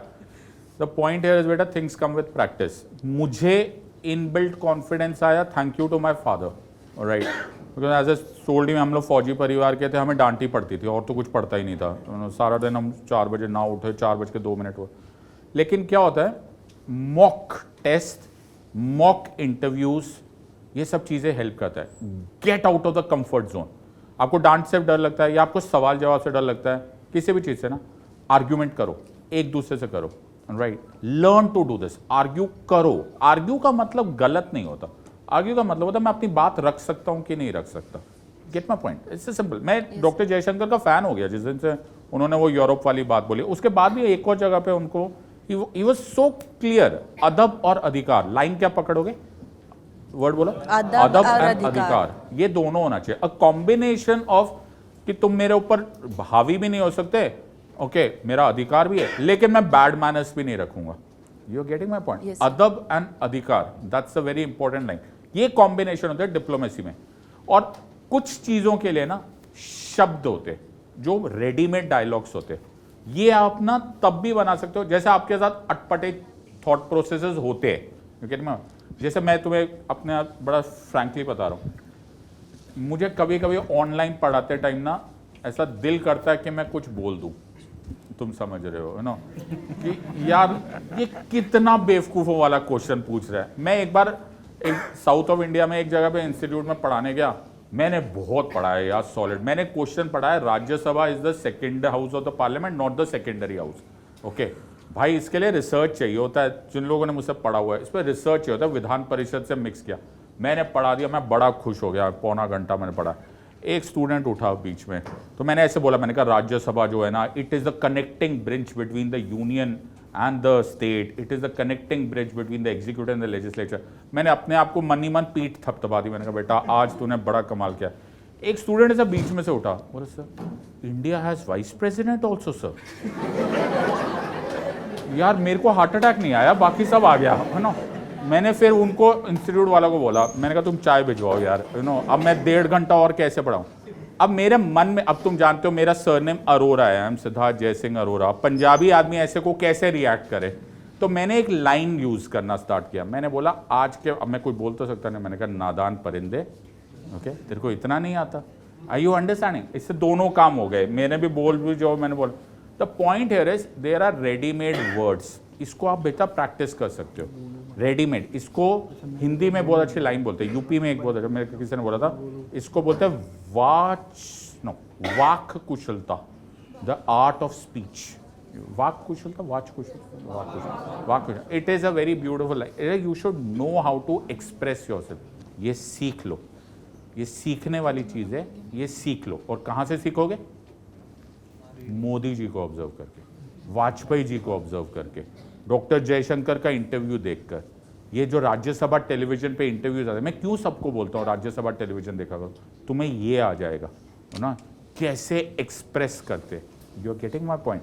कब राइट टाइम पे जोक मार देना होता है, कब राइट टाइम पे ऐसा सरकास्टिक रिमार्क मार देना होता है, क्योंकि ना एक बार मोदी जी को किसी ने कुछ बोलते बोला, अब इसको कोई पॉलिटिकल ना ले रहे, किसी ने कुछ बोला तो उन्होंने बोला देखो मैं चुप रहता हूँ, लेकिन मेरे मुंह में हाथ डालकर मेरी जुबान को टच करोगे ना, फिर मैं बोल दूंगा, फिर तुम्हें बुरा लगेगा। तो सब बोला रहने दो, अब पता नहीं क्या क्या बोल देंगे वो, ये कहते हैं। तो आइडिया यहाँ पर ये है, ये सीखने की चीज़ है बेटा, आ जाती है। और ऐसा कोई नहीं है जो किसी की डांट खाकर डरे ना, वो डिपेंड करता है डांटने वाला कौन है, यू नो। सो ये कभी मत बोलना बेटा, कभी मत बोलना कि मैं घबरा गई। जिस दिन तुमने ये बात बोल दिया ना मैं घबरा गई, ओके, तुम जिंदगी भर घबराते हुए गुजरोगे, याद रखना। जिसने जिंदगी में बोल ही ये दिया कि मैं घबरा गई, फिर तो तुम उठोगे नहीं। पहले ही अपने आप बोलना मैं घबराती नहीं, उस दिन मेरी कुंडली में लिखा ही नहीं है घबराना, ऐसा बोलना स्टार्ट करो। Your stomach will start reacting, शब्दों से रिएक्शन होता है। First prepare the head, the throne will come, the crown will come. पहले अपना सिर रेडी करो, राजाशाही बाद में आती है, पहले अदा करो, you know, that's it. Typing करना है, हाँ, तो एक प्रैक्टिस करना होगा रेगुलर, तो सर पता कैसे चलेगा मैं सही लिख रहा हूँ गलत लिख रहा हूँ? ये तो न करने के पहले वाले क्वेश्चन है समझो। डायनामिक क्वेश्चन होते हैं जो करंट अफेयर्स, इसमें भैया आपको अपना एक्स फैक्टर निकालना पड़ेगा। आपको ये देखना पड़ेगा कि मेरा जो कंटेंट है वो कितना एनरिच्ड है। और कंटेंट मतलब वही बात कि एक चीज़ को आप कोई एक्सप्लेन कर रहे हो, तो कोई व्यक्ति एक तरीके से कर रहा है, मैं 2 तरीके से कर रहा हूँ, पर मेरे तरीके नए कैसे आएंगे? By reading newspaper. एडिटोरियल जब पढ़ो ना, तो आपको पता हो ये मेरे कहाँ एग्जाम में काम आएगा, क्योंकि सीधी सी कहानी, कॉन्फिडेंस या कहीं भी इंफॉर्मेशन की कमी रहेगी तो आपका आंसर में वो झलक जाएगा। जानबूझ के स्टैटिक का क्वेश्चन भी देते हैं और डायनामिक भी देते हैं, ताकि वो चेक कर पाए कि आप सिर्फ करंट अफेयर्स के भरोसे तो नहीं आ गए, आपको बेसिक भी आता है। तो आप जब भी पढ़ो ना कोई भी न्यूज़पेपर, तो आप बस ये इमेजिन करो कि ये मेरे को कहाँ यूज़ हो सकता है, और कोशिश करो कि एक चीज़ के आपके पास मल्टीपल एस्पेक्ट हो, पहली चीज़। दूसरी बात, थोड़ा सा एक्स्ट्रा रीडिंग आपको करनी पड़ेगी, जो दुनिया पढ़ रही है उसके अलावा एक 2 कदम आगे बढ़ाने पड़ेंगे। सरकारी जो मसाला होता है, वेबसाइट में जाओ, डिजास्टर मैनेजमेंट की वेबसाइट में जाओगे, आपको खूब सारे प्लान्स मिलेंगे, नेशनल प्लान, हर एक डिजास्टर की एक फाइल अपलोडेड है, उसको जाके कोई नहीं देखेगा, मैं बता, पर आपको जाके देखना पड़ेगा, क्योंकि असली बात तो नेशनल प्लान के तहत उसमें लिखा हुआ है कि तुम्हें करना क्या है ड्यूरिंग डिजास्टर। बाकी जानकारी में क्या पता है कि भागना है, लेकिन वो एक्चुअल में as a leader, as a DM उसमें पता है, उसमें लिखा हुआ है कि क्या करना। आपको अपना एक्स फैक्टर निकालना पड़ेगा, और वो हर दिन निकलेगा। हर दिन आपको कोई भी टॉपिक है तो एक्स्ट्रा क्या मुझे पता है, क्योंकि वही चीज़ आंसर में रिफ्लेक्ट होगी। तो वो एक दिन की मतलब ऐसी तैयारी नहीं है, आपको हर दिन करना पड़ेगा, है ना, ये ध्यान। जैसे 15-20 दिन कंटिन्यू पढ़ाई चला, जैसे किसी ने पूछा था कि हाफ डे का ब्रेक लिया, 1 दिन का ब्रेक लिया, हाँ, तो सर वो हाफ डे कब सर 6 दिन, 7 दिन, 10 दिन भी हो जाता है, तो सर उस पर कंट्रोल नहीं हो पाता है। यही मैं कह रहा था कि ज़्यादा इसमें कई बार ऐसा होने लगता है कि हमने लंबा गैप ले लिया, उसमें सर मुझे ऐसा लगता है ये अपना ध्यान फिर भटक गए। वो आंख में आप बता रहे थे ना कि जो जोश होना चाहिए, और ये कमी हमेशा आएगी तब तक कि जब तक आपको क्लियर ही नहीं कि करना क्या है। समझो मेरी बात भाई, जब ज़रूरत ही आपकी छोटी हो जाएगी तो फिर समस्या बढ़ेगी। आपको पता है कि आपको नीड ही नहीं पता है सिलेक्शन के बाद आपके जीवन में क्या चेंज होने वाला है। ये आग सोने नहीं देगी सर। वो कहते हैं ना कि मैं मेहनत करता चला गया, उसके हिसाब से मैं उतना ही भाग्यवान होता चला गया। पहले दिन भाग्यवान नहीं हुआ, मैं मेहनत करता गया। इसको रोकोगे आपका भाग्य भी नीचे। इस बात को ध्यान रखो। So actually I want to just share means how I got connected to you. Means so it's been only 3 days that I'm following your lectures. So here is my cousin. He is a big fan of you. He always used to insist me that watch sir's video. Every day he used to, because it's been 1 month I have joined a coaching. Both of us we have joined, and I was unable to connect geography. Means first climatology. Our coaching they started with climatology, and I was unable to create a connectivity. So then he used to, from the first day he was suggesting you watch sir's video, but I was not willing because I was on trying. Means I wanted to try for myself only. So one day I was in YouTube, I got a shorts of you. Okay, so there you have mentioned that means during revision nobody used to mention that one thing, that is about writing, that you have to write every day, that what you have learnt. And that thing was similar to my mother's also. She used to tell the same thing during the school.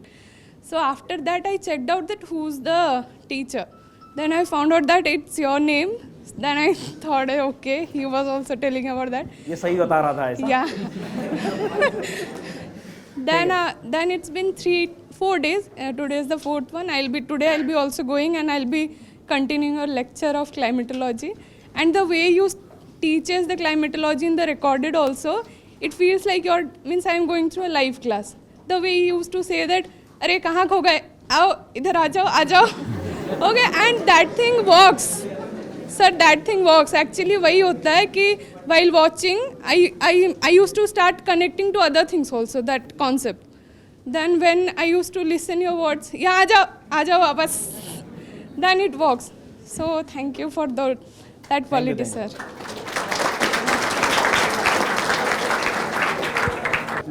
Sudarshan sir, Siddharth sir, Prateek sir, मैं आप तीनों से पढ़ा हुआ हूँ Unacademy के platform पे ही, और सर मैं आपको बहुत बड़ा फ़ैन हूँ सर, सच्ची में सर। मतलब सर प्रतीक सर की कनेक्टिविटी इतनी अच्छी है क्लास के अंदर कि वो कैसे कनेक्ट करते हैं डॉट, और मैं तो कैसे राजाओं को लर्न कराते हैं क्लास के अंदर कि भाई लैंड करा दे किसी तरीके से, और मतलब it's really very entertaining class. और टीचर से भी पढ़ा है, मतलब मैं नाम नहीं लूँगा, एक जगह और मैंने क्लासेस ली थी, मैंने बीच के अंदर छोड़ दिया, मैंने 1 लाख रुपए पे किया और बीच में छोड़ दिया, क्योंकि वो 15 दिन के अंदर ज्योग्राफी ख़त्म कर रहे थे। एंड मेरे को ऐसा लगा कि यार ये मैं क्या कर रहा हूँ, कुछ समझ नहीं आया मेरे को, और बीच में छोड़ दिया। फिर मैंने थोड़ा नेट पे रिसर्च किया, and then I joined Unacademy. And sir मतलब मेरे को बहुत अच्छा लगा पढ़कर, क्योंकि मैंने प्रतीक सर की क्लासेस ली, आपकी ली, एंड मैंने तो SSC मजाक के लिए भर दिया था कि दूंगा। I scored 50 out of 50 in GS paper. क्या बात इस अटेम्प्ट के अंदर जो मैंने लिया था। I am really thankful to you sir. मैं हाथ जोड़ के आप तीनों सर को, सर मैं दंडवत प्रणाम नहीं कर सकता यहाँ पे, नहीं तो मैं करूँगा सर। सर बहुत अच्छा पढ़ाते हैं सर, आप बहुत अच्छा पढ़ाते हैं, क्लास में इतना अच्छा माहौल रहता है सर। मैं तो आइकॉनिक हूँ, मैंने आपसे एक बार डैम के लिए पूछा भी था क्लास के अंदर जूम सेशन में। बहुत अच्छा पढ़ाते हैं सर आप लोग, बहुत अच्छा पढ़ाते हैं सर। हाथ जोड़ के सर आप लोगों को थैंक यू सर।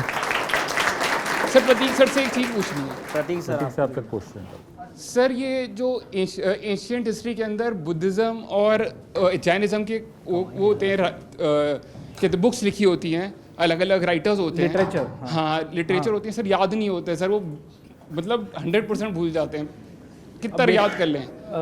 देखिए 2-3 चीज़ें हैं, क्योंकि they are actually sources of Buddhist literature. अब जैसे पाली लिटरेचर सबको पता होना चाहिए, क्योंकि that is the core part, okay ना, समझे। मतलब सुद पिताक, विनय पिताक, अभिधम पिताक, सुद पिताक के अंदर फिर और भी निकायस है, ओके, निकायस के सब पार्ट्स हैं। But then there are certain books that in the form of commentaries, right. अब जैसे ओरिजिनल बुक के ऊपर कमेंट्री लिखी गई है ना, टीका लिख कहते हैं हम लोग उसको। तो कमेंट्रीज में कुछ कुछ आपको याद रखनी पड़ेगी।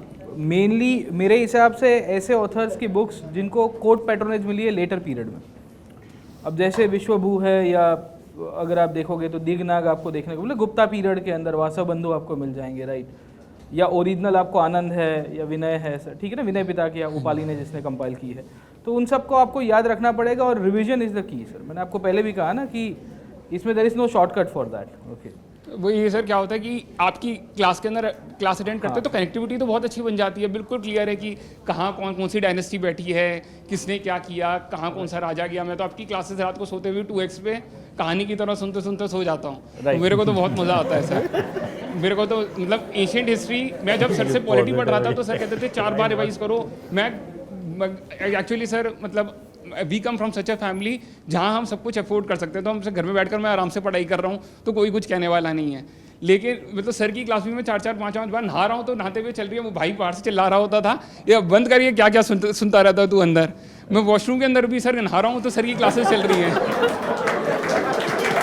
तो सर मतलब इट्स सो एंटरटेनिंग सर कि आप तीनों से पढ़कर तो सर मेरे को सच्ची में बता रहा हूँ सर मतलब मोक्ष प्राप्त होने हो गया है सर। देखिए 2-3 चीज़ें हैं मैं आपको बता रहा हूँ। आपको गाना याद रहता है सबको? बिल्कुल देखो मैं थोड़ा फिल्मों का एग्जांपल देता हूँ, अगर आपको पता होगा मेरे बैचलर। अब आपको लग रहा होगा कि मास्टर हर बार पिक्चर के डायलॉग मार देता है, तो मैंने 3-4 बार देखा होगा तो ही मुझे याद रहा होगा ना, पढ़ा होगा या। So the same applies to this part as well of learning and teaching as well. As a teacher we keep on revising that subject. Siddharth sir है, सुदर्शन सर है, मुदित सर है, मैं हूँ सर, है ना। हम नहीं करके हमारे सब्जेक्ट को मतलब घोल के पी गए और अभी भी उतना ही हम लोग मेहनत कर रहे हैं।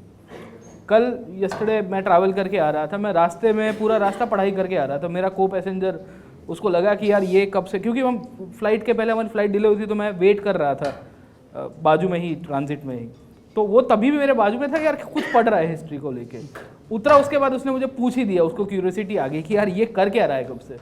तो मैंने कहा कि I am a teacher educator and I need to keep on revising that. तो वही चीज़ है आपके लिए भी सर। हाँ जी सर। आप उसको मिनिमम 4 to 5 टाइम्स रिवाइज करोगे तो ही आपको कमांड आएगी। सर एक चीज़ और है, हिस्ट्री के अंदर अराउंड 4 to 5 क्वेश्चन, मतलब मैं प्रीवियस मेरा 2023 अटेम्प्ट है। छोड़ दो 5 क्वेश्चन आता है वो ना, वो ऐसे मार्च पब्लिक सर्विस कमीशन सर, वो बिल्कुल मतलब मार्च से आता है, मंगल ग्रह से आता है वो। मतलब as a teacher of history मैं कह रहा हूँ कि आप कितनी भी नोट्स, कितनी भी मटेरियल्स, कितनी भी बुक्स को देख लोगे, 2-3 ऐसे सवाल आएंगे जो completely out of the context होंगे।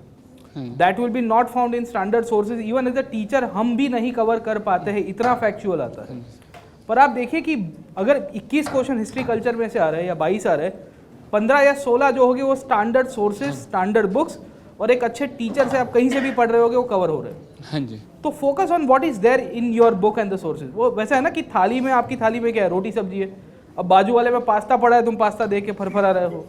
That is not the case ना सर, है ना। पहले इसके ऊपर फोकस करो, 15-16 क्वेश्चंस के ऊपर। सर एक चीज़ और है कि जो क्या होता है सर, ईयर बेस्ड क्वेश्चंस आते हैं। आपने मेडिवल हिस्ट्री का मैंने अभी आपको कोर्स रिकॉर्डेड खत्म किया है, राइट। तो उसके अंदर आपने एक क्वेश्चन दिया था तैमूर का इन्वेजन वाला। और उससे उसके अंदर 200 साल ईयर के, हाँ 300 साल की हिस्ट्री उन्होंने एक साथ पूछ ली थी। 250-300 साल की। तो सर वो तो सर बिल्कुल मतलब वो तो क्रोनोलॉजी वेस पढ़ोगे तो ही समझ में आएगा। इसके लिए एक टीचर के रूप में हम लोग लिंकेजेस एस्टेब्लिश करते हैं। आप कंटिन्यूसली क्रोनोलॉजी वाइज 2 बार रिवाइज करोगे कि भाई 1398 में तैमूर की एंट्री हुई, वास्को डी गामा वाला एक सवाल था कृष्णदेव राय के साथ। अब कृष्णदेव राय 1520 में पावर के ऊपर थे, वास्को डी राय 1498 के अंदर आया, राइट। तो फिर इस तरह से आपको कोरिलेशंस तो एस्टेब्लिश करने पड़ेंगे ना। तो ईयर बेस में तो आप क्या कर सकते हो, मैपिंग बेस्ड नोट्स बनाओ कि ये राजा यहाँ पे था, वास्को इस पीरियड में 1498 में नीचे आया, उसका कंटेम्पररी ऊपर लोधी था, समझे, दिल्ली के अंदर सिकंदर लोधी था, इब्राहिम लोधी था, वो देखो अपने हिसाब से, तो थोड़ा बहुत लिंकेजेस बैठ जाएगी। ठीक है, thank you sir, so nice of you sir, thank you. Okay, thank you so much. तो आप खाली अपने अंदर देखिए कि I want to be the agent of change. तो आप ये सोचिए कि अभी मैं आवाज़ नहीं कर रहा हूँ, पर भविष्य के अंदर कुछ ऐसा कार्य करने के लिए मैं तैयारी कर रहा हूँ जहाँ बहुत बड़ा बदलाव आएगा। एक साइन आपको तिहाड़ भेज सकती है, वही साइन आपको राष्ट्रपति भवन भेजेगी, presidential award in public excellence and public administration में। और गलती कर दोगे तो सीधा जाओगे Tihar. So the choice is yours, समझे। चलिए, तो दोस्तों जाने से पहले मैं आपको इंपॉर्टेंट इन्फॉर्मेशन देना चाहूँगा, और वो इन्फॉर्मेशन है हमारी आरएम बैच के बारे में, जो शुरू हो रही है 30 मार्च से। इंडिया के टॉप मोस्ट एजुकेटर्स, जी हाँ, आप जो देख रहे हो वही चेहरे आपको पढ़ाएंगे यूपीएससी के सपने को साकार करने के लिए। इसके अंदर आपको फ़ायदा बहुत ही होगा। 1100 प्लस आवर्स की इसके अंदर पूरी की पूरी कवरेज है, सिलेबस कवरेज है, टेस्ट सीरीज़ है, प्रीलिम्स मेंस की प्रैक्टिस क्वेश्चन है, जिसके अंदर 24,000 से ज़्यादा MCQs कवर किए जा रहे हैं। You will also get the practice booklets, mains की PYQs के एनालिसिस मिलेगी और साथों साथ नोट्स मिलेगी बहुत ही कॉम्प्रिहेंसिव वे के अंदर। सबसे इंपॉर्टेंट पार्ट यही है कि ये जो बैच होने वाली है, इस बैच के अंदर अगर आप सब्सक्राइब कर रहे हो अभी, तो आपको 40% डिस्काउंट दिया जा रहा है। 40% my friend, this is one of the biggest discounts that Unacademy is offering. यहाँ आपको बहुत ही फायदा होगा क्योंकि जीएस ऑप्शनल टेस्ट सीरीज सब कुछ कवर हो जाएगी as low as 2000 rupees per month. 2000 रुपये में अगर आप तैयारी करना चाहोगे तो शायद तक आपको कहीं पे बाहर रह रहे हो तो आपको उसकी रूम की रेंट की भी चार्जेस उससे ज़्यादा होगी। यहाँ पे आपको इंडिया के टॉप मोस्ट एजुकेटर्स मिलेंगे, यहाँ मेंटर्स आपको मिल जाएंगे और साथों साथ अनलिमिटेड टाइम टेस्ट आप दे सकते हो, लाइव क्लासेस अटेंड कर सकते हो, तो बहुत ही फायदेकारक होगा। हमारे मटेरियल्स की क्वालिटी सबसे बेस्ट है। इनफैक्ट 2022 की जो प्रीलिम्स की एग्जामिनेशन हुई थी, मेंस की एग्जामिनेशन हुई थी, उसमें हमारे पास अराउंड 80% टॉपिक कवरेज था। This is the screenshot of the questions that we had covered in our test series, and the same kind of BioRock technology was asked in the UPSC prelims examination as. So we are very much committed to give you the best quality of education by the top educators जिनके साथ आप interact कर सकते हो, live classes के अंदर भी join कर सकते हो। तो देर किस बात की है, जुड़िए हमारे साथ। इनफैक्ट हमारे पास बहुत ही अच्छे रैंकर्स निकल के आए हैं पिछले कुछ सालों के अंदर। We have got all India rank 3, all India rank 4। 2021 के अंदर 190 प्लस सिलेक्शंस थे, 2020 के अंदर 170 प्लस सिलेक्शंस हमारे पास थे, और 2019 जहाँ पे हमारे पास 30 प्लस सिलेक्शंस यहाँ पे आए हैं। तो आप ये सब टॉपर्स के इंटरव्यूज़ देख सकते हो। हम they have been like no studying with the Unacademy educators as well. और इसके सिवाय अगर आप ऑफलाइन में जुड़ना चाहते हो तो ऑफलाइन के अंदर हम लोग शुरू कर रहे हैं सेकेंड ऑफलाइन बैच जो 3 अप्रैल से शुरू होगी। 5 PM शाम को शुरू होगी, 5 से 7:30 बजे तक। अनअकैडमी सेंटर है दिल्ली के अंदर ही, ओल्ड राजेंद्र नगर में ही, आप वहाँ पे ज्वाइन कर सकते हो। कोई भी क्वेरी होगी तो आप ये नंबर के ऊपर ज़रूर से कॉल करिए। And wish you all the best. ये स्कैन करिएगा कोड को, इसका भी आपको सब कुछ इन्फॉर्मेशन मिल जाएगा। Thank you very much for joining with us.